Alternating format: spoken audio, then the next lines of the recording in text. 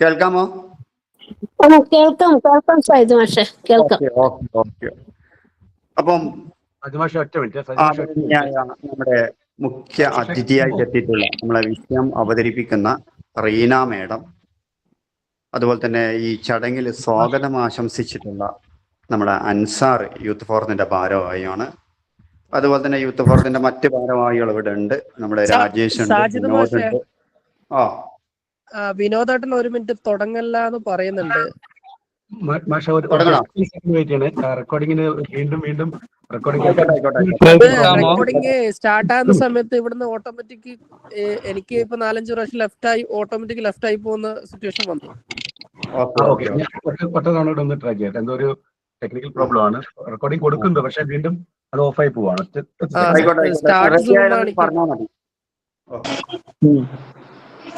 കേൾക്കുന്നുണ്ടോ? കേൾക്കുന്നുണ്ട്.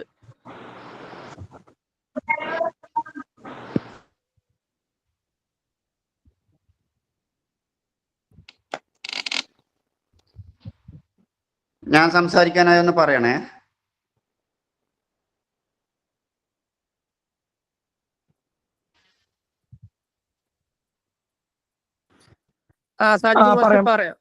പറയാം മാഷെ. പറയാം.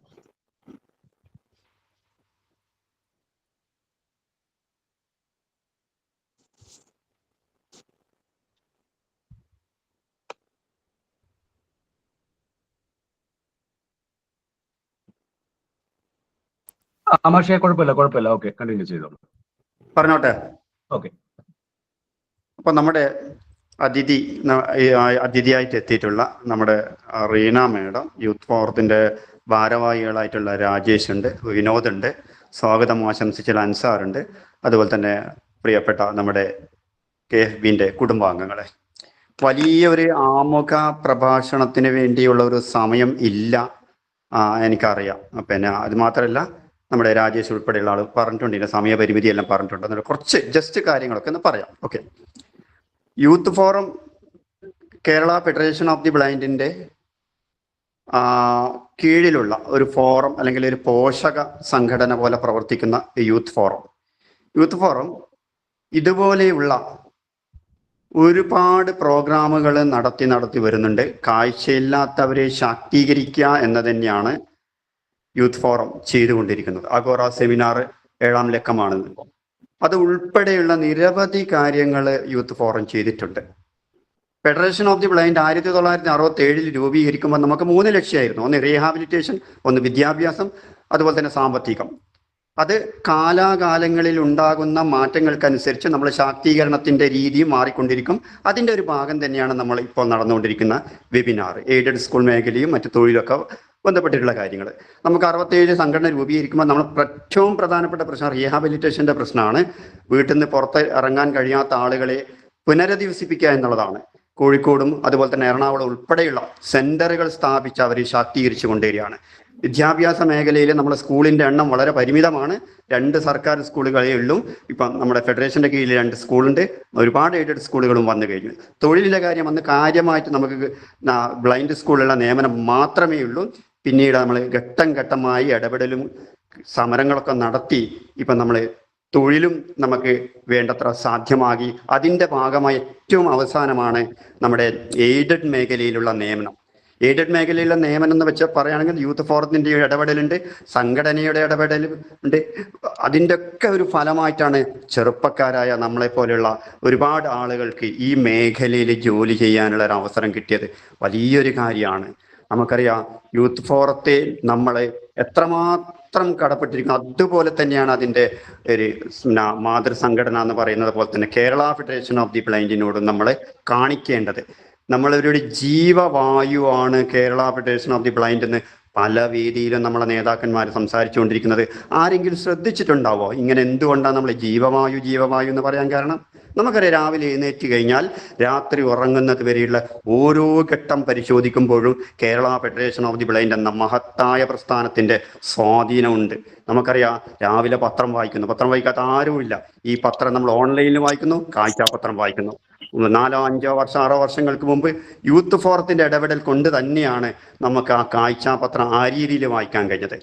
അതുപോലെ തന്നെ സാങ്കേതിക വിദ്യ ഉപയോഗിച്ച് നമ്മൾ എന്തൊക്കെ ചെയ്യാൻ കഴിയുന്നോ അതെല്ലാം Kerala federation of the blind youth ഫോറത്തിന്റെ ഈ ശാക്തീകരണത്തിന്റെ ഭാഗമായി തന്നെയാണ് ഇതെല്ലാം ഉണ്ടായത് തന്നെ. അതുപോലെ തന്നെ നമ്മൾ പിന്നെ ജോലിക്ക് പോകുന്നു. ജോലി കിട്ടിയത് എങ്ങനെയാണെന്ന് നമുക്ക് എല്ലാവർക്കും അറിയാം. 967 രൂപീകരിക്കുമ്പോൾ ഉണ്ടായിരുന്ന തൊഴിലല്ല ഇപ്പോൾ ഉള്ളത്. എല്ലാ മേഖലയിലും തൊഴിൽ കിട്ടി. അതും ഫെഡറേഷൻ ഓഫ് ദി ബ്ലൈൻഡിന്റെ കൃത്യമായ ഇടപെടൽ തന്നെയാണ്.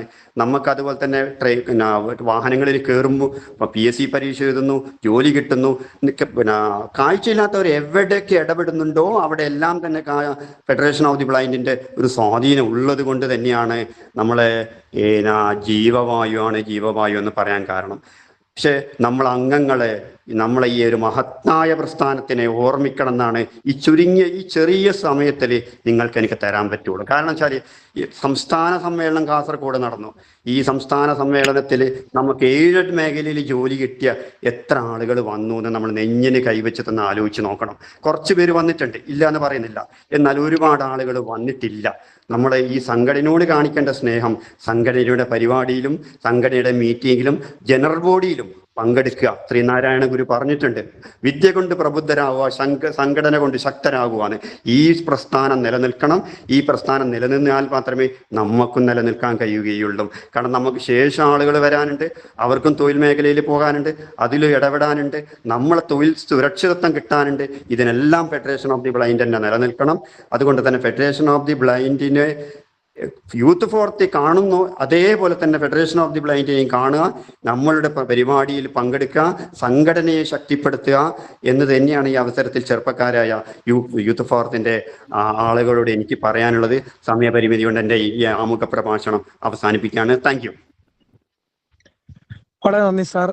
നമ്മുടെ കാഴ്ച പരിമിതർ ഉൾപ്പെടെയുള്ള ഭിന്നശേഷിക്കാർക്ക് എംപ്ലോയ്മെന്റിൽ നിന്ന് ലഭിക്കുന്ന ആനുകൂല്യങ്ങളുമായി ബന്ധപ്പെട്ട് നമ്മൾ എംപ്ലോയ്മെന്റിൽ എങ്ങനെ രജിസ്റ്റർ ചെയ്യണം, ജോലിക്ക് അപേക്ഷിക്കണം എന്നതുമായി ബന്ധപ്പെട്ട് എയ്ഡഡ് മേഖലയിൽ ഉള്ള നിയമനം, അതിൽ എംപ്ലോയ്മെന്റിന്റെ റോള് എങ്ങനെ നമ്മൾ സമീപിക്കണവുമായി ബന്ധപ്പെട്ടൊക്കെ നമ്മുടെ പ്രിയപ്പെട്ട റീന മാഡം സംസാരിക്കും.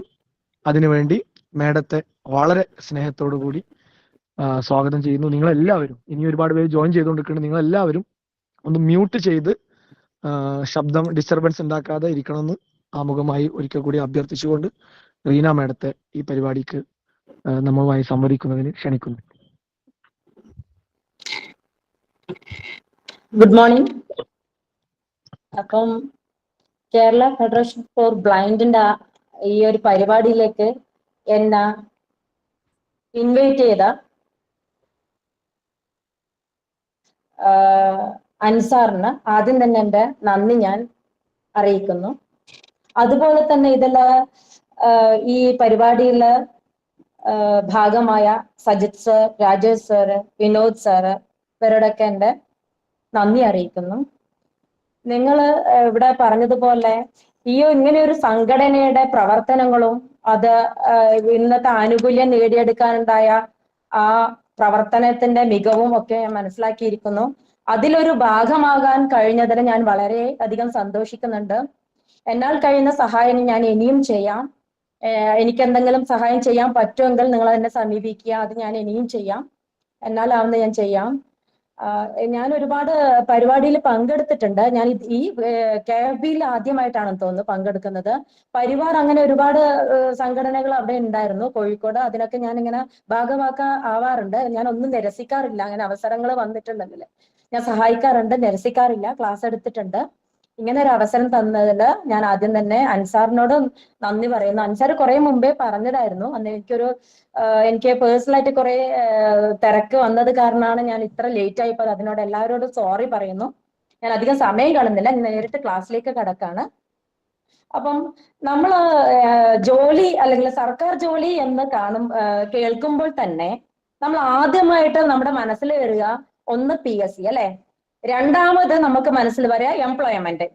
അതായത് സർക്കാർ ജോലി കിട്ടുക എന്ന് അല്ലെങ്കിൽ സർക്കാർ ജോലി എന്ന് കേൾക്കുമ്പോൾ തന്നെ നമ്മൾക്ക് രണ്ട് കാര്യമാണ് മനസ്സിൽ വരിക. ഒന്ന് PSC ആണ്, രണ്ടാമത് എംപ്ലോയ്മെന്റ്.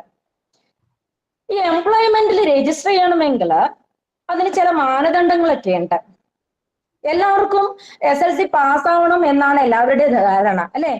എല്ലാവരുടെ ധാരണ SSC പാസ്സായെങ്കിൽ മാത്രമേ എന്താ എംപ്ലോയ്മെന്റ് രജിസ്റ്റർ ചെയ്യാൻ പാടുള്ളൂ എന്നാണ് മിക്കവരുടെയും ധാരണ. അങ്ങനെയല്ല. 14 വയസ്സ് കഴിഞ്ഞ ഏതൊരാൾക്കും എന്ത് ചെയ്യാം? എംപ്ലോയ്മെന്റിലെ പേര് രജിസ്റ്റർ ചെയ്യാം. SSC പാസ്സാവണമെന്നോ സ്കൂളിൽ പോകണമെന്നോ അങ്ങനെയൊന്നുമില്ല. എംപ്ലോയ്മെന്റ് പേര് രജിസ്റ്റർ ചെയ്യാൻ എന്തേ വേണ്ടുള്ളൂ? 14 വയസ്സ് പൂർത്തിയായ ഏതൊരാൾക്കും എന്ത് ചെയ്യാം? എംപ്ലോയ്മെന്റില് പേര് രജിസ്റ്റർ ചെയ്യാം.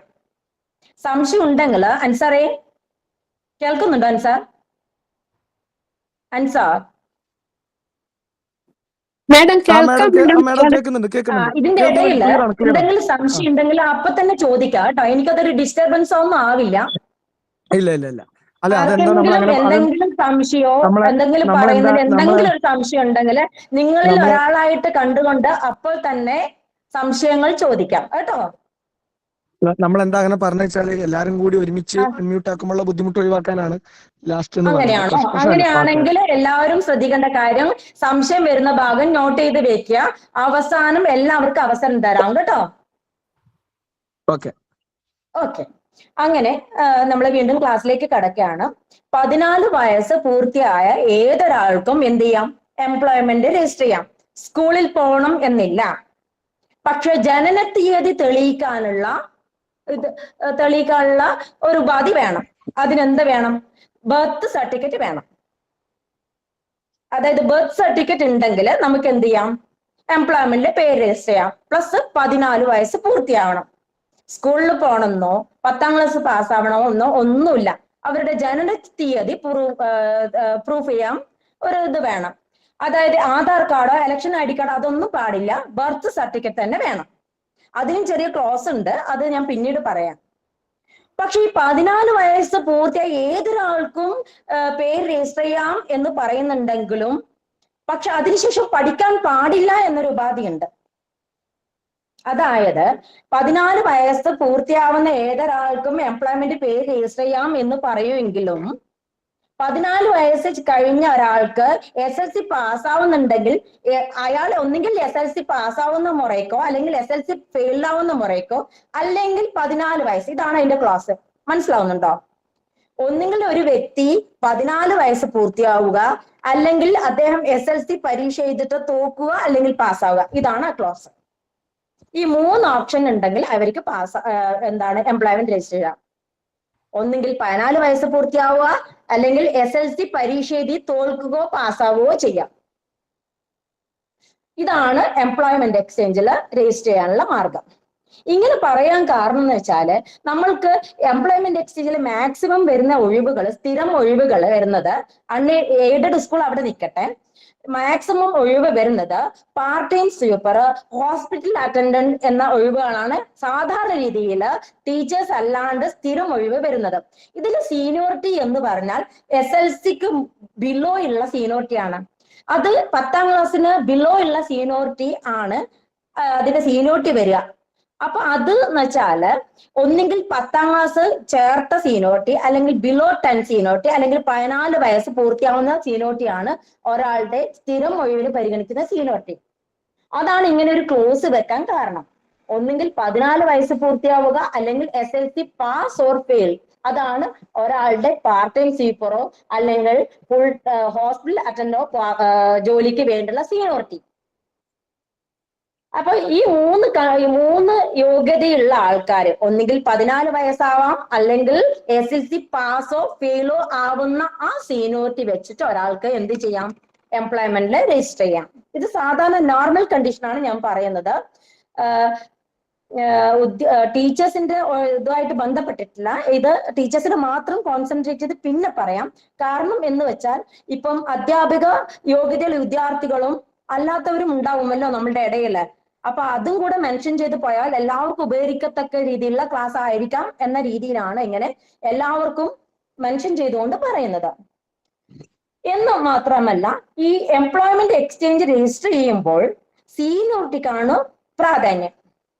ആദ്യം രജിസ്റ്റർ ചെയ്യാൻ ആദ്യം എന്നതാണ് കണ്ടീഷൻ. അപ്പൊ എപ്പോഴും നമ്മൾ പേര് രജിസ്റ്റർ ചെയ്യുമ്പോൾ ആദ്യം രജിസ്റ്റർ ചെയ്യാൻ നോക്കുക. ഏതൊരു സർട്ടിഫിക്കറ്റ് കിട്ടിയാലും ആദ്യം രജിസ്റ്റർ ചെയ്യാം. നമ്മൾ ഫോർ എക്സാമ്പിൾ നമ്മൾ ക്യൂ നിൽക്കുന്നില്ലേ, ക്യൂ നിൽക്കുന്ന പോലെയാണ്. ആദ്യം ഓടിപ്പോയി ക്യൂ നിൽക്കുന്നത് പോലെ നിങ്ങൾ ചിന്തിച്ചാൽ മതി. SSC ബേസിലാണ് ക്വാളിഫിക്കേഷൻ ചേർക്കുന്നെങ്കിൽ SSC ബുക്ക് എടുത്തിട്ട് ഫസ്റ്റിൽ പോയി ക്യൂ നിൽക്കുന്നത് പോലെ ചിന്തിച്ചാൽ മതി. ചില ആൾക്കാർ സർട്ടിഫിക്കറ്റ് കിട്ടിയിട്ട് 2 ദിവസം 3 ദിവസം കഴിഞ്ഞിട്ട് രജിസ്റ്റർ ചെയ്യും. ആ ഒരു ദിവസത്തിൽ തന്നെ ശരിക്കും 400 ആളെ വ്യത്യാസമൊക്കെ നമുക്ക് വരാറുണ്ട്. ഇന്ന് രജിസ്റ്റർ ചെയ്യുന്നവനും നാളെ രജിസ്റ്റർ ചെയ്യുന്നവനും തമ്മിൽ 400-500 ആൾക്കാരുടെ ഡിഫറൻസ്, സീനിയോറിറ്റി ഡിഫറൻസ് വരാറുണ്ട്. കാരണം ഒരു ദിവസം നമുക്ക് 400-500 ആൾക്കാര് രജിസ്റ്റർ ചെയ്യാറുണ്ട്. അപ്പൊ നമ്മൾ എന്താവും, അത്ര സീനിയോറിറ്റി പുറകോട്ടാവും. ഒരു ദിവസം കൊണ്ട് തന്നെ നമ്മൾ 400-500 സീനിയോറിറ്റിയിൽ പുറകോട്ടാവും. അപ്പൊ നമ്മൾക്ക് ഒരു കൊല്ലം വരുന്ന ശരിക്കും 100-ൽ താഴെ ഒഴിവാണ്. അപ്പൊ ഒരു കൊല്ലം അല്ല ഒരു ദിവസം 2 ദിവസം മിസ്സായി നമുക്ക് പോകുന്നത് ഒരു കൊല്ലാണ്. അത് മനസ്സിലാക്കുക. അപ്പൊ നമ്മൾ ഇനി വരുന്ന കുട്ടികളോട് പിന്നെ സർട്ടിഫിക്കറ്റ് ചേർക്കുമ്പോൾ എപ്പോഴാണോ സർട്ടിഫിക്കറ്റ് അത് ഓൺ ദി സ്പോട്ടിൽ തന്നെ എംപ്ലോയ്മെന്റ് എക്സ്ചേഞ്ചിൽ പേര് രജിസ്റ്റർ ചെയ്യാൻ പറയാം. നമുക്ക് എംപ്ലോയ്മെന്റ് എക്സ്ചേഞ്ചിൽ പേര് രജിസ്റ്റർ ചെയ്യുന്നതിന് മുമ്പ് ഓൺലൈൻ ആയിട്ട് രജിസ്റ്റർ ചെയ്യാം. അപ്പൊ നമുക്ക് ഓൺലൈനിന്റെ ആ സീനിയോറിറ്റി കിട്ടും. സെക്കൻഡ് ഉള്ള എന്താ പറയണ്ട, ഇന്നിപ്പം നമ്മൾ ഇന്നാണ് നമുക്ക് സർട്ടിഫിക്കറ്റ് കിട്ടുന്നതാണെങ്കിൽ ഓൺ ദ സ്പോട്ട് ചെയ്താൽ ചിലപ്പോൾ സെക്കൻഡിനനുസരിച്ചായിരിക്കും നമുക്ക് 100 പേരുടെ ഡിഫറൻസ് വരിക. ചിലപ്പോൾ 100 സീനിയോറിറ്റി 100 ആൾക്കാരുടെക്കാളും മുന്നോട്ട് സീനിയോറിറ്റി കിട്ടും. സെക്കൻഡ് അല്ലെങ്കിൽ മിനിറ്റിന് ഇതിൽ വ്യത്യാസം വരും, റാങ്കിൽ നല്ലോണം വ്യത്യാസം വരും. അപ്പൊ അതൊന്ന് ശ്രദ്ധിക്കേണ്ടി വരും. രണ്ടാമത്തെ കാര്യം, സർട്ടിഫിക്കറ്റ് ചേർക്കുമ്പോൾ നമ്മൾക്ക് SSC ക്വാളിഫിക്കേഷൻ ഉണ്ടാവും, +2 ക്വാളിഫിക്കേഷൻ ഉണ്ടാവാം, ഡിഗ്രി ക്വാളിഫിക്കേഷൻ ഉണ്ടാവും, B.Ed ഉണ്ടാവാം, അങ്ങനെ ഒരുപാട് ക്വാളിഫിക്കേഷൻ ഉണ്ടാവും. ഇപ്പൊ ഓരോ വേക്കൻസി വരുമ്പോൾ നിങ്ങൾ എന്നാണോ സർട്ടിഫിക്കറ്റ് ചേർത്ത് അതാണ് നിങ്ങളുടെ സീനിയോറിറ്റി. ഇപ്പൊ എനിക്ക് SSC ക്വാളിഫിക്കേഷൻ ഉണ്ട്, +2 ഉണ്ട്, ഗ്രാജുവേഷൻ ഉണ്ട്, B.Ed ഉണ്ട്. ഇപ്പൊ എന്നെ സംബന്ധിച്ചിടത്തോളം എന്നെ SSC യോഗ്യതയുള്ള വേക്കൻസി വരുമ്പോൾ ഞാൻ എന്നാണ് SSC ചേർത്തത് അതാണ് എന്റെ SSC യോഗ്യതയ്ക്കുള്ള എന്റെ സീനിയോറിറ്റി.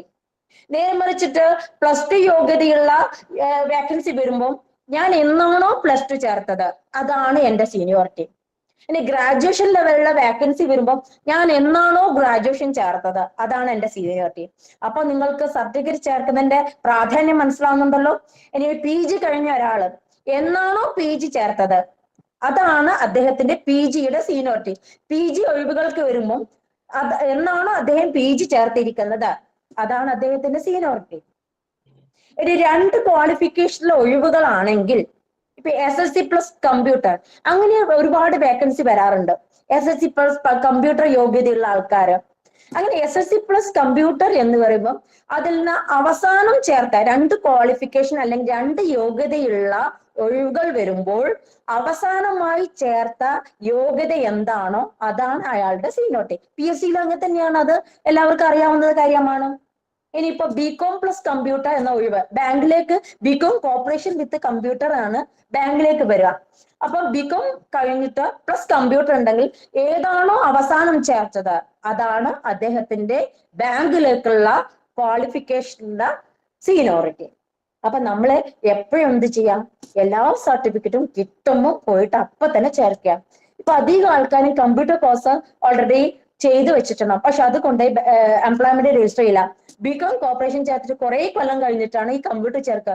ശരിക്കും കമ്പ്യൂട്ടർ സർട്ടിഫിക്കറ്റ് അന്നേ ചെയ്തു വെച്ചിട്ടുണ്ടാവും. അപ്പൊ ഇവര് ബാങ്കിലേക്കുള്ള ഒഴിവുകൾ വരുമ്പം ഇവരുടെ കമ്പ്യൂട്ടർ കോഴ്സ് ഇവരുടെ കയ്യിൽ നേരത്തെ ഉണ്ടെങ്കിൽ പോലും BCom ചെയ്തിട്ട് കുറെ കഴിഞ്ഞിട്ടാണ് കമ്പ്യൂട്ടർ ചേർത്തെങ്കിൽ ഇവരെ സീനിയോറിറ്റി ഇവർ കുറെ പുറകിലൊക്കെ ആയിരിക്കും. കമ്പ്യൂട്ടർ പിന്നെ വന്ന് ചേർക്കുക, പിന്നെ അറിഞ്ഞിട്ടാണ് ചേർക്കുക. അങ്ങനെയല്ല, നിങ്ങൾ എപ്പോഴും മനസ്സിലാക്കേണ്ടത് എന്ത് യോഗ്യത നേടിയാലും അപ്പോൾ തന്നെ കൊണ്ടുപോയിട്ട് എംപ്ലോയ്മെന്റ് എക്സ്ചേഞ്ചിൽ ചേർക്കുക കേട്ടോ. പിന്നെ ഏറ്റവും നല്ലത് നമ്മൾ സർട്ടിഫിക്കറ്റ് ചേർക്കുമ്പോൾ ഓൺലൈൻ ചേർക്കുക. ഓൺലൈൻ ചേർത്തതിന് ശേഷം 90 ദിവസത്തിന് ശേഷം സർട്ടിഫിക്കറ്റ് വെരിഫിക്കേഷന് 90 ദിവസത്തിനുള്ളിലാണ് വിത്തിൻ 90 ഡേയ്സിൽ സർട്ടിഫിക്കറ്റ് വെരിഫിക്കേഷന് പോകണം. അല്ലാന്നുണ്ടെങ്കിൽ സീനിയോറിറ്റി പോകും കേട്ടോ. സീനിയോറിറ്റി പോകും എന്നത് അത് വാലിഡ് ആയിരിക്കില്ല, നിങ്ങൾ ചേർത്തത് വാലിഡ് ആയിരിക്കില്ല. അതായത് എന്ത് സർട്ടിഫിക്കറ്റ് നമ്മൾക്ക് ലഭിച്ചിട്ടുണ്ടെങ്കിലും ഓൺലൈൻ തന്നെ നമ്മൾ രജിസ്റ്റർ ചെയ്യുക. രജിസ്റ്റർ ചെയ്തിട്ട് വിത്തിൻ 90 ഡേയ്സ് അന്ന് തന്നെ വേണമെങ്കിൽ പിറ്റേ ദിവസം പോവാം, അല്ലെങ്കിൽ 90 ദിവസത്തിനുള്ളിൽ നമ്മൾ ഒറിജിനൽ സർട്ടിഫിക്കറ്റ് എവിടെ എംപ്ലോയ്മെന്റിൽ ഹാജരാക്കണം. എങ്കിൽ മാത്രമേ നമ്മൾ ഓൺലൈൻ ചെയ്തതിന് കാര്യം ഉണ്ടാവുള്ളൂ. അപ്രൂവൽ ആവുള്ളൂ. സർട്ടിഫിക്കറ്റ് വെരിഫിക്കേഷൻ ചെയ്യണം 90 ഡേയ്സിനുള്ളിൽ. ഇനി 3 വർഷത്തിലേക്ക് ഒരിക്കലാണ് എംപ്ലോയ്മെന്റ് രജിസ്ട്രേഷൻ കാർഡ് പുതുക്കേണ്ടത്. 3 വർഷത്തിലേക്ക് ഒരിക്കലാണ് എംപ്ലോയ്മെന്റ് എക്സ്ചേഞ്ചില് കാർഡ് പുതുക്കണം. അതെല്ലാവർക്കും അറിയാവുന്ന കാര്യമാണ്. ഈ കാർഡ് പുതുക്കുമ്പോൾ തന്നെ നമുക്ക് 6/2000 ഇപ്പം നമ്മൾ രജിസ്റ്റർ ചെയ്തിട്ടുണ്ടെങ്കിൽ, അതെ 1/2025 രജിസ്റ്റർ ചെയ്തിട്ടുണ്ടെങ്കിൽ 3 വർഷം കഴിഞ്ഞിട്ട് എന്ന് പറഞ്ഞാൽ ജനുവരി 2028 പുതുക്കേണ്ടത്. അപ്പൊ ജനുവരി പുതുക്കുക, ഫെബ്രുവരി പുതുക്കുക, മാർച്ചും പുതുക്കുക. 3 മാസം നമുക്ക് ടൈം ഉണ്ട് എംപ്ലോയ്മെന്റ് എക്സ്ചേഞ്ചിൽ പുതുക്കാൻ. സാധാരണ രീതിയിൽ 3 മാസം ടൈം ഉണ്ട്. നേരെ മറിച്ച് ഭിന്നശേഷിക്കാർക്ക് ആനുകൂല്യമുണ്ട്, കുറച്ചും കൂടെ അധികം കിട്ടാറുണ്ട്. പക്ഷെ അത് അങ്ങനെയല്ല. ഭിന്നശേഷിക്കാർക്ക് 3 മാസം കഴിഞ്ഞ് 4ാമത്തെ മാസം പോയാൽ പുതുക്കി തരും. പക്ഷെ അതുവരെ ജോലിക്ക് പരിഗണിക്കില്ല കേട്ടോ. അണ്ട് ആ ഗ്രേസ് പീരീഡ് ഉപയോഗിക്കാൻ നിൽക്കണ്ട, 3 മാസത്തിനുള്ളിൽ തന്നെ പുതുക്കുക. പിന്നെ ഈ എംപ്ലോയ്മെന്റ് എക്സ്ചേഞ്ചില് ഈ CG SG എന്ന് പറഞ്ഞിട്ട് ഒരുപാട് വേക്കൻസികളുണ്ട് അല്ലെ. സെൻട്രൽ ഗവൺമെന്റ് വേക്കൻസി വരാറുണ്ട്, സ്റ്റേറ്റ് ഗവൺമെന്റ് വേക്കൻസി വരാറുണ്ട്.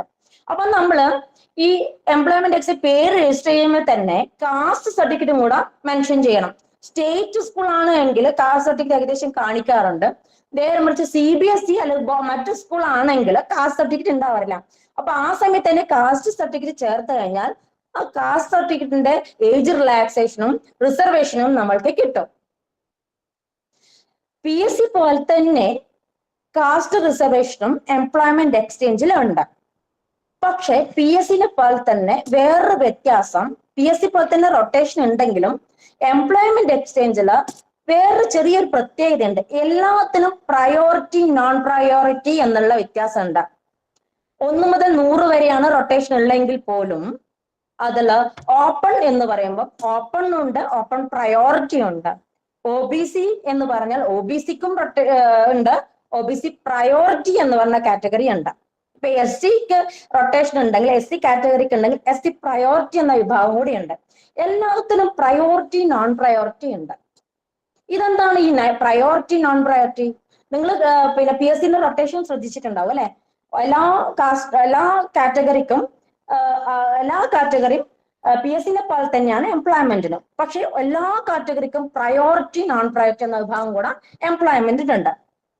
അതായത് ഓപ്പൺ എടുത്താൽ ഓപ്പൺ പ്രയോറിറ്റി. ഈ പ്രയോറിറ്റിയുള്ള ഭിന്നശേഷിക്കാർ പെടും, വിഡോസ് പെടും, പിന്നെ വൈഫ് ഓഫ് ലേറ്റ് പെടും, അൺമാരിഡ് പേഴ്സൺസ് പെടും. ഇങ്ങനെ കുറച്ച് ആൾക്കാർ ചേർന്നതാണ് എന്ത് പ്രയോറിറ്റി. പ്ലസ് ഒരു പ്രാവശ്യം എംപ്ലോയ്മെന്റ് എക്സ്ചേഞ്ചിൽ വർക്ക് ചെയ്ത ആൾക്കാർ തിരിച്ചു വന്നാലും അവരും ഈ മുൻഗണനയിൽ പെടും. അപ്പൊ ഒരു വേക്കൻസി ഓപ്പണിൽ വന്നാൽ 2ാമത്തെ വേക്കൻസി ഓപ്പൺ പ്രയോറിറ്റിയിലേക്ക് പോകും. നെക്സ്റ്റ് SCക്കുള്ള റൊട്ടേഷൻ ആണെങ്കിൽ SCക്ക് നോൺ പ്രയോറിറ്റിക്ക് പോയ 2ാമത്തെ ഒഴിവ് SC പ്രയോറിറ്റിക്ക് പോകും. ഇങ്ങനെയാണ് ഇതിന്റെ വെപ്പ്. നിങ്ങൾ ചിലപ്പോൾ ശ്രദ്ധിച്ചിട്ടുണ്ടാവും, ചില എംപ്ലോയ്മെന്റ് എക്സ്ചേഞ്ചിൽ വിളിച്ച ആൾക്കാർ തന്നെ വിളിച്ചുകൊണ്ടിരിക്കും. എപ്പോഴും നമ്മൾ കേൾക്കുന്ന പരാതിയാണ്. എപ്പോഴും നമ്മൾ ഒരു ദിവസം 5-10 ആൾക്കാരെ വന്നിട്ട് നമ്മളോട് ഒച്ചപ്പാടാക്കും. സാറേ എന്റെ വീടിനടുത്ത് ചില ആൾക്കാരെ വിളിച്ചോണ്ടിരിക്കുന്നെന്ന് പറയും. അവർക്ക് എപ്പോഴുള്ള പരാതിയായിരിക്കും. ചില ആൾക്കാരെ ഇങ്ങനെ എംപ്ലോയ്മെന്റിന് വിളിച്ച ആളെന്നെ വിളിച്ചുകൊണ്ടിരിക്കും, ചില ആൾക്കാരെ വിളിക്കേയില്ല. അതായത് ഈ പ്രയോറിറ്റിയുള്ള ആൾക്കാര് പിന്നെ കുറവായിരിക്കും. അപ്പൊ അവർ ചില റയർ ക്വാളിഫിക്കേഷനും കൂടി ആയിക്കഴിഞ്ഞാൽ വിളിച്ചാൾ തന്നെ നമുക്ക് വിളിക്കേണ്ടി വരും. വേറെ ആൾക്കാരുണ്ടാവില്ല. ചിലപ്പോൾ ഓപ്പണില് ഇപ്പൊ ചിലപ്പോൾ ഡിപ്ലോമ കഴിഞ്ഞ ആൾക്കാർ ഓപ്പണിൽ ഇഷ്ടം പോലെ ഉണ്ടാവും.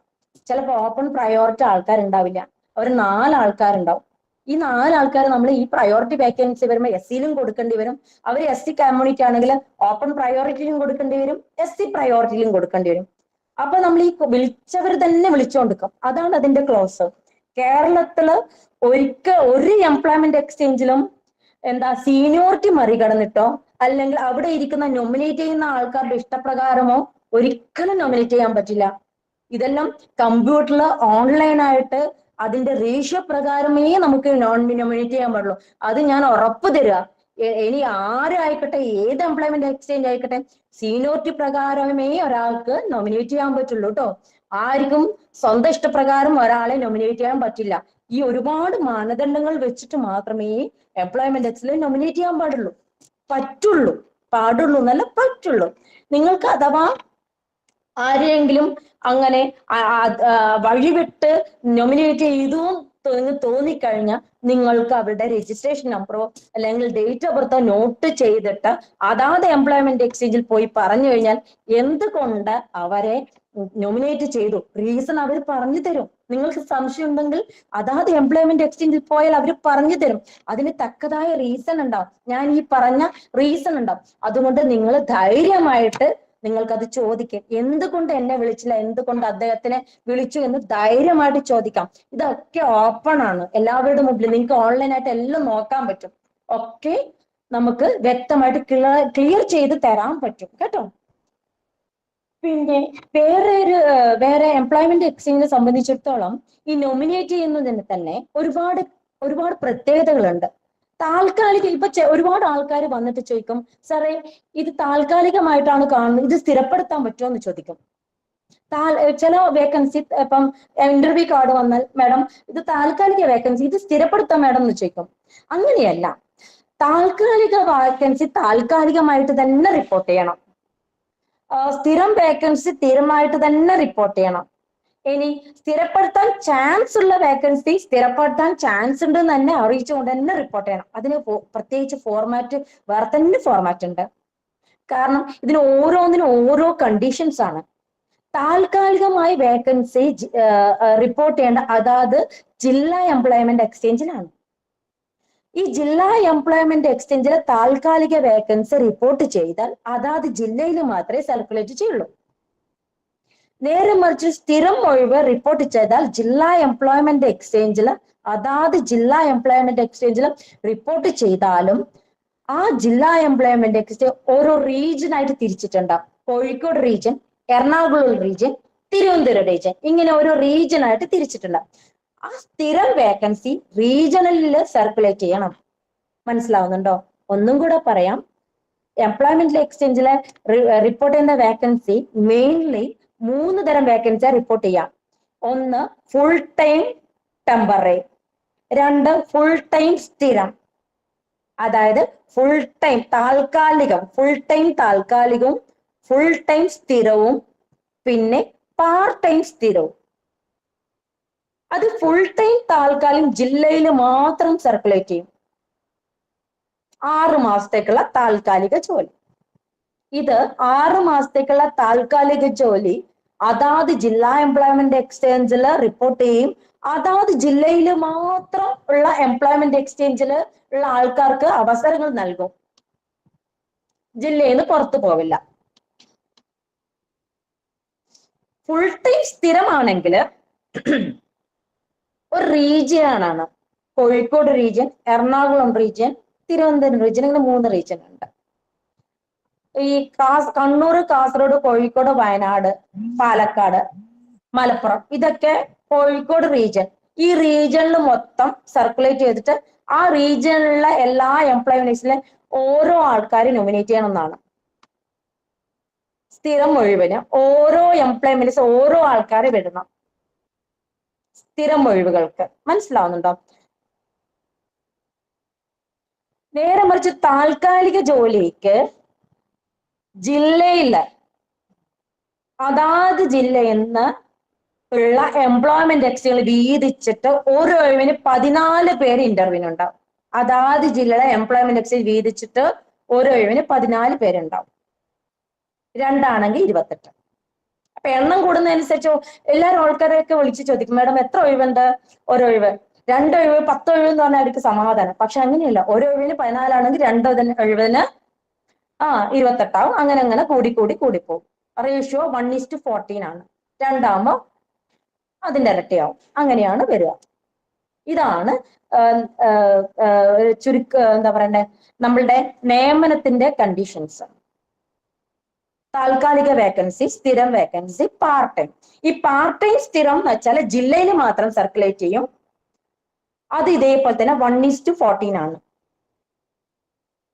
ജില്ലയിൽ മാത്രം സർക്കുലേറ്റ് ചെയ്യും. സ്ഥിരം ഒഴിവാണ്, പാർട്ട് ടൈം ആണ്. പക്ഷെ അത് ജില്ലയിൽ മാത്രമാണ്. അത് ഒരു ഒഴിവിന് 14 പേര്. ഒന്നും കൂടെ പറയാം, 3 തരത്തിലുള്ള ഒഴിവാണ് സാധാരണ രീതിയിൽ എംപ്ലോയ്മെന്റ് എക്സ്ചേഞ്ച് റിപ്പോർട്ട് ചെയ്യാം. 6 മാസത്തേക്കുള്ള താൽക്കാലിക ജോലി, അത് ജില്ലയിൽ മാത്രം സർക്കുലേറ്റ് ചെയ്യും. 1:14 ആണ് അതിന്റെ കണ്ടീഷൻസ്. ഒരു ഒഴിവിന് 14 പേര്, ജില്ലയിൽ മാത്രം സർക്കുലേറ്റ് ചെയ്യും. 6 മാസം കഴിഞ്ഞാൽ വിടുതൽ ചെയ്യും. പിന്നെ സ്ഥിരം ജോലി ജില്ലാ എംപ്ലോയിനെ അറിയിക്കെങ്കിലും റീജിയണൽ ബേസിസ് സർക്കിൾ ചെയ്യും. 1:1 എന്ന രീതിയിൽ എല്ലാ എംപ്ലോയ്മെന്റ് എക്സ്ചേഞ്ചിൽ നിന്നും ഓരോ ആൾക്കാരെ വീതം നോമിനേറ്റ് ചെയ്യും.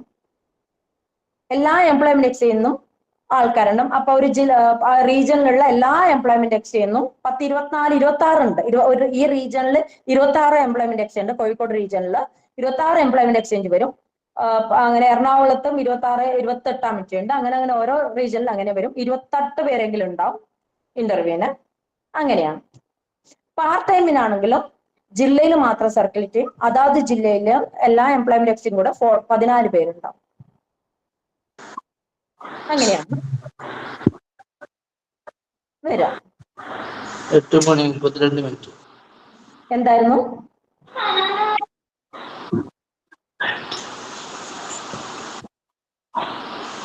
ഇനി പിന്നെ വേറൊരു കാര്യം എന്ന് പറഞ്ഞാല്, ചില ആൾക്കാര് ഈ താൽക്കാലിക വേക്കൻസിക്ക് പോവാൻ താല്പര്യപ്പെടില്ല. ഇപ്പൊ താൽക്കാലിക എന്തെങ്കിലും പറയാനുണ്ടോ? ആരോ കൈ ഉയർത്തിയിട്ടുണ്ട്, സംസാരിക്കാനുണ്ടോ? ചോദിക്കാനുണ്ടോ? അത് മാഡം അറിയാതെ ആയിപ്പോയതായിരിക്കും. മാഡം കണ്ടിന്യൂ ചെയ്തു. ആയിക്കോട്ടെ. ഓക്കെ.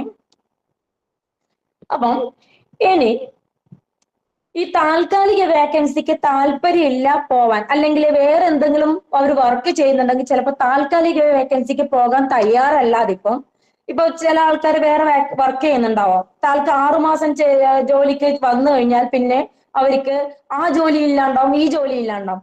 അങ്ങനെ ഉണ്ടെങ്കിൽ ശരിക്കും ചെയ്യേണ്ട ഒരു ഇതെന്ന് വെച്ചാല്, അവര് തൽക്കാലം എന്നെ പരിഗണിക്കണ്ടെന്ന് എഴുതി കൊടുക്കാം. ഒരു 6 മാസത്തേക്ക്, ഒരു കൊല്ലത്തേക്ക് തൽക്കാലം എനിക്ക് ജോലി വേണ്ട, അങ്ങനെ എഴുതി കൊടുത്താലുള്ള ഗുണം എന്താണെന്ന് വെച്ചാല്, ഇയാള് പിന്നെ ഇയാൾക്ക് വേണം എന്ന് തോന്നുമ്പോൾ എഴുതി കൊടുക്കും. അയാൾ സീനിയറായിട്ട് കിടക്കും. ഇപ്പൊ ക്യൂ നിൽക്കുകയല്ലേ. ഇപ്പൊ സപ്പോസ് നിങ്ങളെല്ലാം ജോലിക്ക് വേണ്ടി ക്യൂ നിൽക്കുകയാണെന്ന് വിചാരിക്കാം. നമ്മൾ ഒരാളെ ജോലിക്ക് പറഞ്ഞു വിട്ടാൽ ആ ക്യൂന്ന് അവർ പുറകിലായി. പിന്നെ ആദ്യമുള്ള ആളാണ് പരിഗണിക്കുക.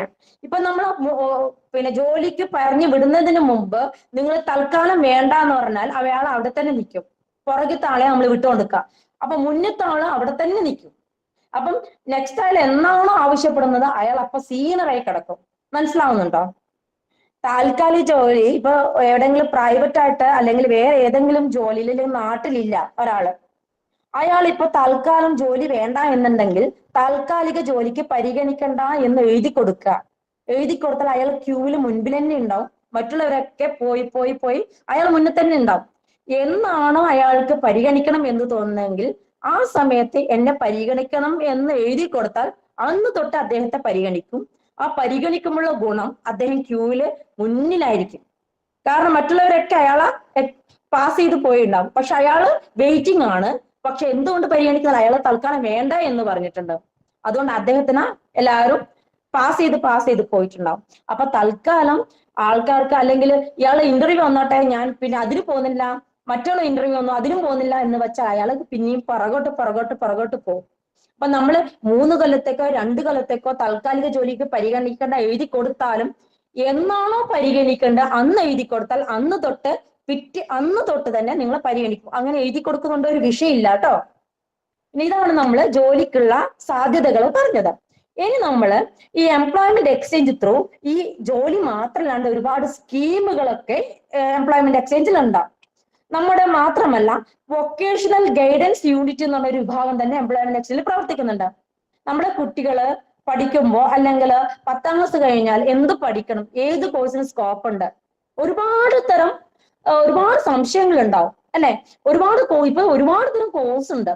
ഇന്നത് എടുത്താൽ ഇന്ന സ്ഥലത്തേക്ക് പോവാം, ഇന്ന കോഴ്സ് കഴിഞ്ഞാൽ ഇന്നത് വേണം, അല്ലെ സ്കോപ്പുള്ള കോഴ്സ് ഏതാണ്, അല്ലെങ്കിൽ അവരുടെ ആപ്റ്റിറ്റ്യൂഡിനനുസരിച്ചുള്ള കോഴ്സുകൾ ഏതാണ്, ഇതൊക്കെ പറഞ്ഞു തരുന്ന വൊക്കേഷണൽ ഗൈഡൻസ് യൂണിറ്റ് തന്നെ നമ്മുടെ ജില്ലാ എംപ്ലോയ്മെന്റ് എല്ലാ ജില്ലാ എംപ്ലോയ്മെന്റ് എക്സ്ചേഞ്ചിലും പ്രവർത്തിക്കുന്നുണ്ട്. അവിടെ സമീപിച്ചാൽ നിങ്ങൾക്ക് വേണ്ട വൊക്കേഷണൽ ഗൈഡൻസ്, നിങ്ങൾ കുട്ടികൾക്ക് വേണ്ട, നിങ്ങൾ ബ്രദേഴ്സിന് വേണ്ട, സിസ്റ്റേഴ്സിന് വേണ്ട വൊക്കേഷണൽ ഗൈഡൻസ് തന്നെ അവിടെ കിട്ടും. അതിന്റെ പ്രത്യേക യൂണിറ്റ് തന്നെ എല്ലാ ജില്ലാ എംപ്ലോയ്മെന്റ് എക്സ്ചേഞ്ചിലും പ്രവർത്തിക്കുന്നുണ്ട്. അതുകൂടാതെ തന്നെ കരിയർ ഗൈഡൻസ് സെന്റർ തന്നെ CDC കരിയർ ഡെവലപ്മെന്റ് സെന്റർ ഉണ്ട് നമ്മളത്. ഒന്ന് പേരാമ്പ്ര, വടകര പേരാമ്പ്ര ഉണ്ട്, വളരെ സക്സസ് ആയിട്ട് പോകുന്ന കരിയർ ഡെവലപ്മെന്റ് സെന്റർ ആണ്.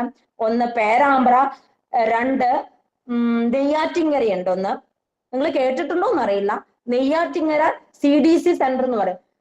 കരിയർ ഡെവലപ്മെന്റ് സെന്റർ ഉണ്ട്, വളരെ സക്സസ് ആയിട്ട് പോകുന്ന 2 കരിയർ ഡെവലപ്മെന്റ് സെന്റർ ആണ്. എംപ്ലോയ്മെന്റ് എക്സ്ചേഞ്ചിന്റെ ഭാഗമായിട്ട് പ്രവർത്തിക്കുന്നതാണ്. Career development centre at Perambra and career development centre at Neyyattinkara, 2 ഉണ്ട്. ഇനി മൂന്നാമത്തെ കാര്യം, നമ്മളുടെ സ്വയം തൊഴിൽ പദ്ധതികൾ ഒരുപാട് നമ്മളെ എംപ്ലോയ്മെന്റ് എക്സ്ചേഞ്ച് നടത്തി വരുന്നുണ്ട്. അതിൽ ഏറ്റവും പ്രധാനപ്പെട്ടത് ഭിന്നശേഷിക്കാർക്കുള്ള ഒരു കൈവല്യ പദ്ധതി ഉണ്ട്. അത് ഭിന്നശേഷി നമ്മുടെ ഇതിലേക്ക് വരുമ്പോൾ ഞാൻ അത് ഡീറ്റെയിൽ ആയിട്ട് പറയാം. ഇപ്പൊ ഞാൻ പൊതുവായ കാര്യങ്ങളാണ് പറയുന്നത്. അതില് കൈവല്യനെ കുറിച്ച് ഞാൻ പിന്നെ പറയാം. പിന്നെ പൊതുവായ കാര്യങ്ങളിലേക്ക് വരുമ്പോൾ നമ്മള് സ്വയം തൊഴിൽ പദ്ധതി, കെസ്റു എന്ന് പറഞ്ഞ സ്വയം പദ്ധതി ഉണ്ട്, മൾട്ടിപർപ്പസ് എന്ന് പറഞ്ഞ സ്വയം തൊഴിൽ പദ്ധതി ഉണ്ട്, പിന്നെ ശരണ്യ എന്ന് പറയുന്ന സ്വയം തൊഴിൽ പദ്ധതി ഉണ്ട്.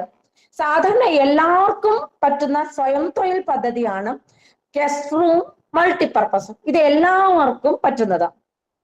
1 ലക്ഷം വരെയുള്ളത് കെസ്റു എന്ന് പറയും. അതിന് 20% സബ്സിഡിയാണ്, എല്ലാ ആൾക്കാർക്കും പറ്റുന്നതാണ്. 21 to 50 വയസ്സുള്ള എല്ലാ ആൾക്കാർക്കും പറ്റുന്നതാണ് കെസ്റു. 1 ലക്ഷം വരെയുള്ളവരിതാണ് ലോൺ കൊടുക്കുന്നത്. 1 ലക്ഷം വരെയുള്ള പ്രൊജക്റ്റ് ഉള്ളതിന് കൊടുക്കുന്നതാണ് കെസ്റു.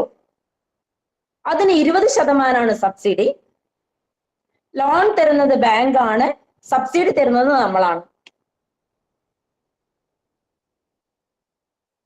രണ്ടാമത്തത് സ്വയം തൊഴിലിനുള്ള രണ്ടാമത്തെ പദ്ധതിയാണ് multipurpose service and job club എന്ന് പറയുന്നത്.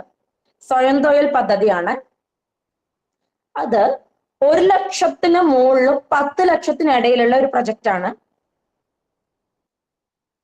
1 ലക്ഷവും 10 ലക്ഷത്തിനിടയിലുള്ള പ്രൊജക്റ്റ് കോസ്റ്റ് വരുന്ന സ്വയം തൊഴിൽ പദ്ധതിക്ക് വേണ്ടിയിട്ട് തരുന്ന ഒരു പ്രൊജക്റ്റ് ആണ്, ഒരു പദ്ധതിയാണത്. അതിന് 25% ആണ് സബ്സിഡി. ലോണ് തരുന്നത് ബാങ്ക് ആണ്, പക്ഷെ സബ്സിഡി 25% ആണ്. അത് തരുന്നത് നമ്മളാണ്, എംപ്ലോയ്മെന്റ് നാഷണൽ എംപ്ലോയ്മെന്റ് സർവീസ് ആണ് തരുന്നത്. ഇത് എല്ലാവർക്കും അപേക്ഷിക്കാം. ഏജ് ലിമിറ്റ് ഉണ്ട്, 18-40 ആണ്. പക്ഷേ എല്ലാവർക്കും ഇത് PSCനെ പോലെ തന്നെ ആ ഏജ് ഉണ്ടല്ലോ. OBC 3 വർഷം, SC 5 വർഷം, അങ്ങനെ ഏജ് റിലാക്സേഷൻ ഉണ്ട്. സാധാരണ രീതിയിലുള്ള ഏജ് റിലാക്സേഷൻ ഉണ്ട്. ഇനി ശരണ്യ എന്ന് പറയുന്ന ഒരു ലോൺ എന്ന് പറയാമെങ്കിൽ ധനസഹായമാണത്. സബ്സിഡി ഉള്ള സ്വയം തൊഴിൽ പദ്ധതിയാണ്. അത് എല്ലാവർക്കും ഇല്ല, സ്ത്രീകൾക്ക് മാത്രം ഉള്ളതാണ്. പക്ഷെ എല്ലാ സ്ത്രീകൾക്കും ഇല്ല. അവശത അനുഭവിക്കുന്ന സ്ത്രീകൾ എന്ന് പറഞ്ഞാല് ഒന്നെങ്കിൽ വിധവയാവാം, അല്ലെങ്കിൽ കല്യാണം കഴിക്കാത്ത 30 വയസ്സ് കഴിഞ്ഞിട്ടും കല്യാണം കഴിക്കാത്തവര്, അല്ലെങ്കിൽ ഭർത്താവ് മരിച്ചവര്, അല്ലെങ്കിൽ ഭർത്താവ് കിടപ്പിലായവർക്കുള്ള ലോണാണ്. ഇതിനുള്ള പ്രത്യേകത വെച്ചാൽ വളരെ ആകർഷകമായ ഒരു ലോണാണത്. 50,000 തന്നാൽ 25,000 രൂപയെ തിരിച്ചടക്കേണ്ടത്. ആ തിരിച്ചടക്കേണ്ട 25,000 രൂപയ്ക്ക് പലിശയില്ല കേട്ടോ. അതാണ് പ്രത്യേകിച്ച് സ്ത്രീകൾക്ക് അവശത അനുഭവിക്കുന്ന സമൂഹത്തിൽ അവശത അനുഭവിക്കുന്ന സ്ത്രീകൾക്കുള്ള ഒരു സ്കീമാണത്. അയൽപക്കത്തുള്ളവരോ നാട്ടിൽ ആരെങ്കിലും ഉണ്ടെങ്കിൽ അവരോട് പറഞ്ഞു കൊടുക്കുക, സ്ത്രീകൾക്ക് ഉണ്ടെങ്കിൽ പറഞ്ഞു കൊടുക്കുക. 50,000 തരും, 25,000 സബ്സിഡിയാണ്. 25,000 തിരിച്ചടക്കണ്ടോ, 5 കൊല്ലം കൊണ്ട് 25,000 തിരിച്ചടക്കണം, അതിന് പലിശയില്ല. ഇനി നമ്മളുടെ മറ്റു കാര്യങ്ങളിലേക്ക് വരാം. അതായത് ഡിഫറെന്റ് ഏബിൾഡ് അല്ലെങ്കിൽ വിഷ്വലി നമ്മളുടെ ഈ സംഘടനയിൽ ബന്ധപ്പെട്ട ഭാഗമായിട്ടുള്ള അതിലേക്ക് കോൺസെൻട്രേറ്റ് ചെയ്ത് നമുക്ക് പോവാം. അതായത് ഭിന്നശേഷിക്കാർക്ക് ഉള്ള പ്രത്യേക പദ്ധതിയാണ് കൈവല്യ. ഭിന്നശേഷിക്കാർക്ക് പ്രത്യേക പദ്ധതിയാണ് കൈവല്യ. ഈ കൈവല്യ എന്ന് പറഞ്ഞാൽ ഒരു സ്വയം തൊഴിൽ പദ്ധതിയാണ്. അത് 50,000 രൂപ സബ്സിഡി, 50,000 രൂപയാണ് അതിന്റെ എമൗണ്ട് വരിക. സബ്സിഡി 25,000 രൂപയാണ്.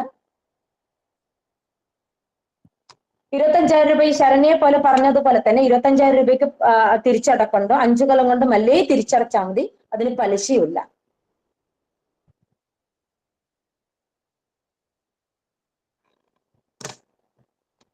പക്ഷെ 21-55 വയസ്സ് വരെ 21 വയസ്സും 55 വയസ്സിനും പ്രായത്തിനിടയിലുള്ള ആർക്ക് വേണമെങ്കിലും, ഭിന്നശേഷിക്കാർക്ക് ആർക്ക് വേണമെങ്കിലും അപേക്ഷിക്കാം.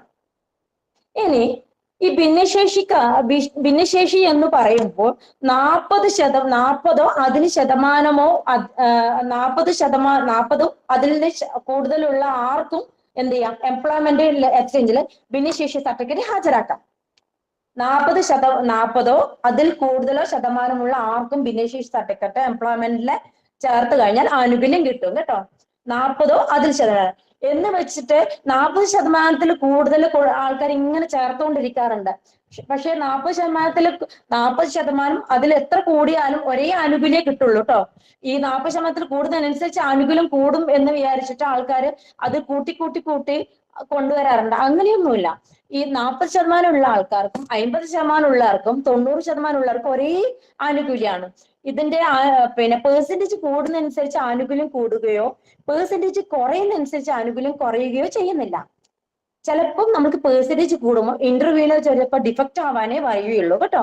ചിലപ്പോൾ ഇന്റർവ്യൂക്കാർ ചിലപ്പോൾ ഇന്റർവ്യൂ എടുക്കുമ്പോൾ പെർസെന്റേജ് കൂട്ടുന്നത് കൊണ്ട് ചിലപ്പം അവര് നിങ്ങൾക്ക് ഇത് കുറച്ച് കൂടുതൽ പെർസെന്റേജ് കൂടുന്നതുകൊണ്ട് ചിലപ്പോൾ അവർ പറയും പോയിന്റ് കുറച്ച് കുറക്കാനോ കൂട്ടാനോ അങ്ങനെയൊന്നും ചെയ്യണ്ട.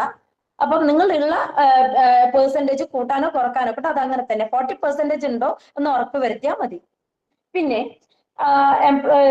ഇതുപോലെ തന്നെ ഈ ഭിന്നശേഷിയില് വിഷ്വലി ഇമ്പയർഡിന് 15% റിലാക്സേഷൻ ഉണ്ട്. ഈ ആനുകൂല്യം എന്ന് പറഞ്ഞാൽ ഏജിൽ ആനുകൂല്യം ഉണ്ട്. പിന്നെ അതുപോലെ നോമിനേഷനിൽ എംപ്ലോയ്മെന്റ് എക്സ്ചേഞ്ചിൽ നോമിനേറ്റ് ചെയ്യുമ്പോൾ ആ നോമിനേഷനിലും ആനുകൂല്യം ഉണ്ട് കേട്ടോ. ഒന്നാമത് നമ്മള് വിഷ്വലി ഇമ്പയർഡിന് അല്ലെങ്കിൽ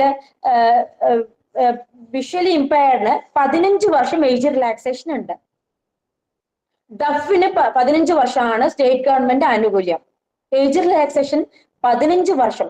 വിഷ്വലി ഇമ്പയർഡിനും ഹിയറിംഗിന് 15 വർഷമാണ് എന്തുള്ള ഏജ് റിലാക്സേഷൻ ഉള്ളത്. അതിന്റെ കൂടെ കാസ്റ്റ് റിലാക്സേഷനും കിട്ടും. പക്ഷെ മാക്സിമം 50 വയസ്സിനപ്പുറം പോവില്ല. സ്റ്റേറ്റ് ഗവൺമെന്റിൽ 50 വയസ്സിനപ്പുറം പോകാൻ പാടില്ല. പക്ഷെ എന്തെല്ലാം ആനുകൂല്യം കിട്ടും?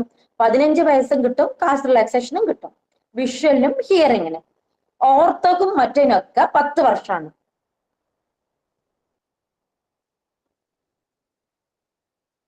വേറെ എംപ്ലോയ്മെന്റ് എക്സ്ചേഞ്ചില് ഇപ്പം അങ്ങനെ വന്ന് ചോദിക്കാറുണ്ട്, നമ്മളുടെ റിസർവേഷൻ എത്രയാണ്, ഭിന്നശേഷിക്കാർക്ക് റിസർവേഷൻ എത്രയാണെന്ന് ചോദിക്കാറുണ്ട്.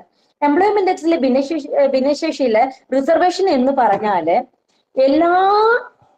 ഒരു വേക്കൻസി റിപ്പോർട്ട് ചെയ്താൽ അതിന് ഓരോ ഒഴിവിനും ഒരു അഡീഷണൽ ഭിന്നശേഷിക്കാരെ നമ്മൾ അയക്കും.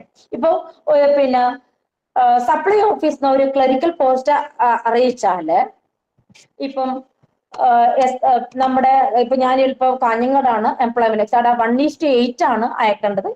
ഒരു ഒഴിവിന് 8 ആളെ അയക്കണം. 8 ആളെ അയക്കുമ്പോൾ 8+1 ഒരു അഡീഷണൽ ഭിന്നശേഷിക്കാർ അയക്കും. ഏതൊരു അഡീഷണൽ ഒരാൾ അയക്കും ഭിന്നശേഷിക്കാരെ. അപ്പൊ ശരിക്കും 100% സംവരണം എംപ്ലോയ്മെന്റ് എക്സ്ചേഞ്ച് പാലിക്കുന്നുണ്ട് എന്ന് പറയാം. എല്ലാ ഒഴിവിനും അഡീഷണൽ ഒരു ഭിന്നശേഷിക്കാരെ അയക്കും. ഇത് എവിടെ ഇല്ലാത്തതാണ്. പക്ഷെ എംപ്ലോയ്മെന്റ് എക്സ്ചേഞ്ചിൽ എന്താ, എല്ലാ ഒഴിവിനും അഡീഷണൽ ഭിന്നശേഷിക്കാരെ അയക്കണം എന്നാണ് സർക്കാർ നിയമം.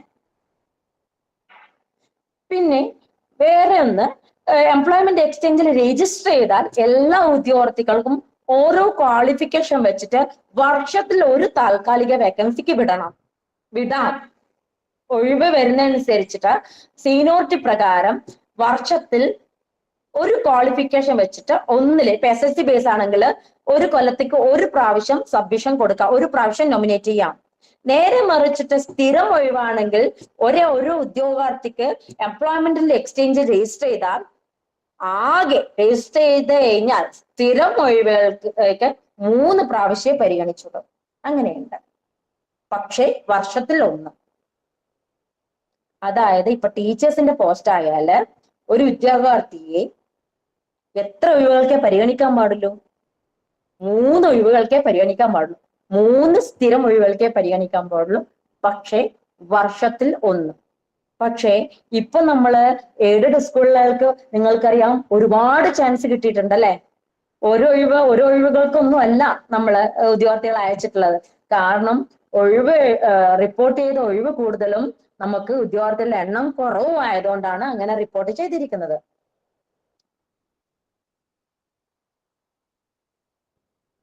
ഇനി ഞാൻ സമയക്കുറവ് കൊണ്ട് ഞാൻ ഇതിലേക്ക് വരാം, എയ്ഡഡ് ടീച്ചേഴ്സിന്റെ ഇതിലേക്ക് വരാം. അപ്പം നമ്മള് ടീച്ചേഴ്സിന്റെ ക്വാളിഫിക്കേഷൻ എന്ന് പറഞ്ഞാല് അതെല്ലാവർക്കും അറിയാലോ. ക്വാളിഫിക്കേഷൻ ഞാൻ പറയേണ്ട ആവശ്യമില്ലല്ലോ. അപ്പം ഇതിന്റെ TTC ആയാലും B.Ed ആയാലും കേട്ടറ്റ് ആയാലും ഏതാണോ അവസാനം ചേർത്തത് അതാണ് എംപ്ലോയ്മെന്റ് എക്സ്ചേഞ്ചിൽ സീനിയോറിറ്റി. TTC പ്ലസ് കേട്ടറ്റ് ഇത് ചേർത്ത് കഴിഞ്ഞാൽ അവസാനം ചേർത്ത കേട്ടറ്റ് അതാണ് നിങ്ങളുടെ സീനിയോറിറ്റി. കേട്ടറ്റ് ചേർത്താണ് seniority. Set TTC plus set അല്ലെങ്കിൽ B.Ed പ്ലസ് സെറ്റ്. അപ്പൊ സെറ്റ് ചേർത്താണ് ലാസ്റ്റ് അതാണ് നിങ്ങളുടെ സീനിയോറിറ്റി. അങ്ങനെയാണ് വരിക. ഇപ്പൊ നമ്മള് ഈയിടെ നിലവിലെ ഒരു ഡിഫക്റ്റ് ആയിട്ട് എനിക്കിത് മനസ്സിലായത് എന്ന് പറഞ്ഞാല്, ഇപ്പം സാധാരണ രീതിയിലുള്ള എംപ്ലോയ്മെന്റ് എക്സ്ചേഞ്ചില് ഒഴിവുകളൊക്കെ ഇപ്പം എല്ലാ സർക്കാർ ഓഫീസിലെ ഒഴിവുകൾ നമ്മൾ ഡയറക്റ്റ് എംപ്ലോയ്മെന്റ് എക്സ്ചേഞ്ചിലാണ് റിപ്പോർട്ട് ചെയ്യുക. അപ്പൊ അവിടെ നിന്നാണ് നമ്മൾ റൊട്ടേഷൻ തീരുമാനിക്കുക. ഇപ്പോഴുള്ളത് എന്ന് പറഞ്ഞാൽ അതാത് മാനേജറാണ് ഒഴിവുകൾ റിപ്പോർട്ട് ചെയ്യുന്നത്. അതാത് മാനേജർ ഒഴിവുകൾ റിപ്പോർട്ട് ചെയ്യുമ്പോൾ അവരാണ് റൊട്ടേഷൻ തീരുമാനിക്കുന്നത്. അത് വളരെയധികം അപാകതകൾ ഉണ്ടാക്കിയിട്ടുണ്ട്. അതൊരു പോരായ്മ തന്നെയാണ്. അപ്പൊ മറ്റു കാറ്റഗറിക്കാർക്കും അതൊരു വിഷയമാണ്, കിട്ടുന്നില്ല.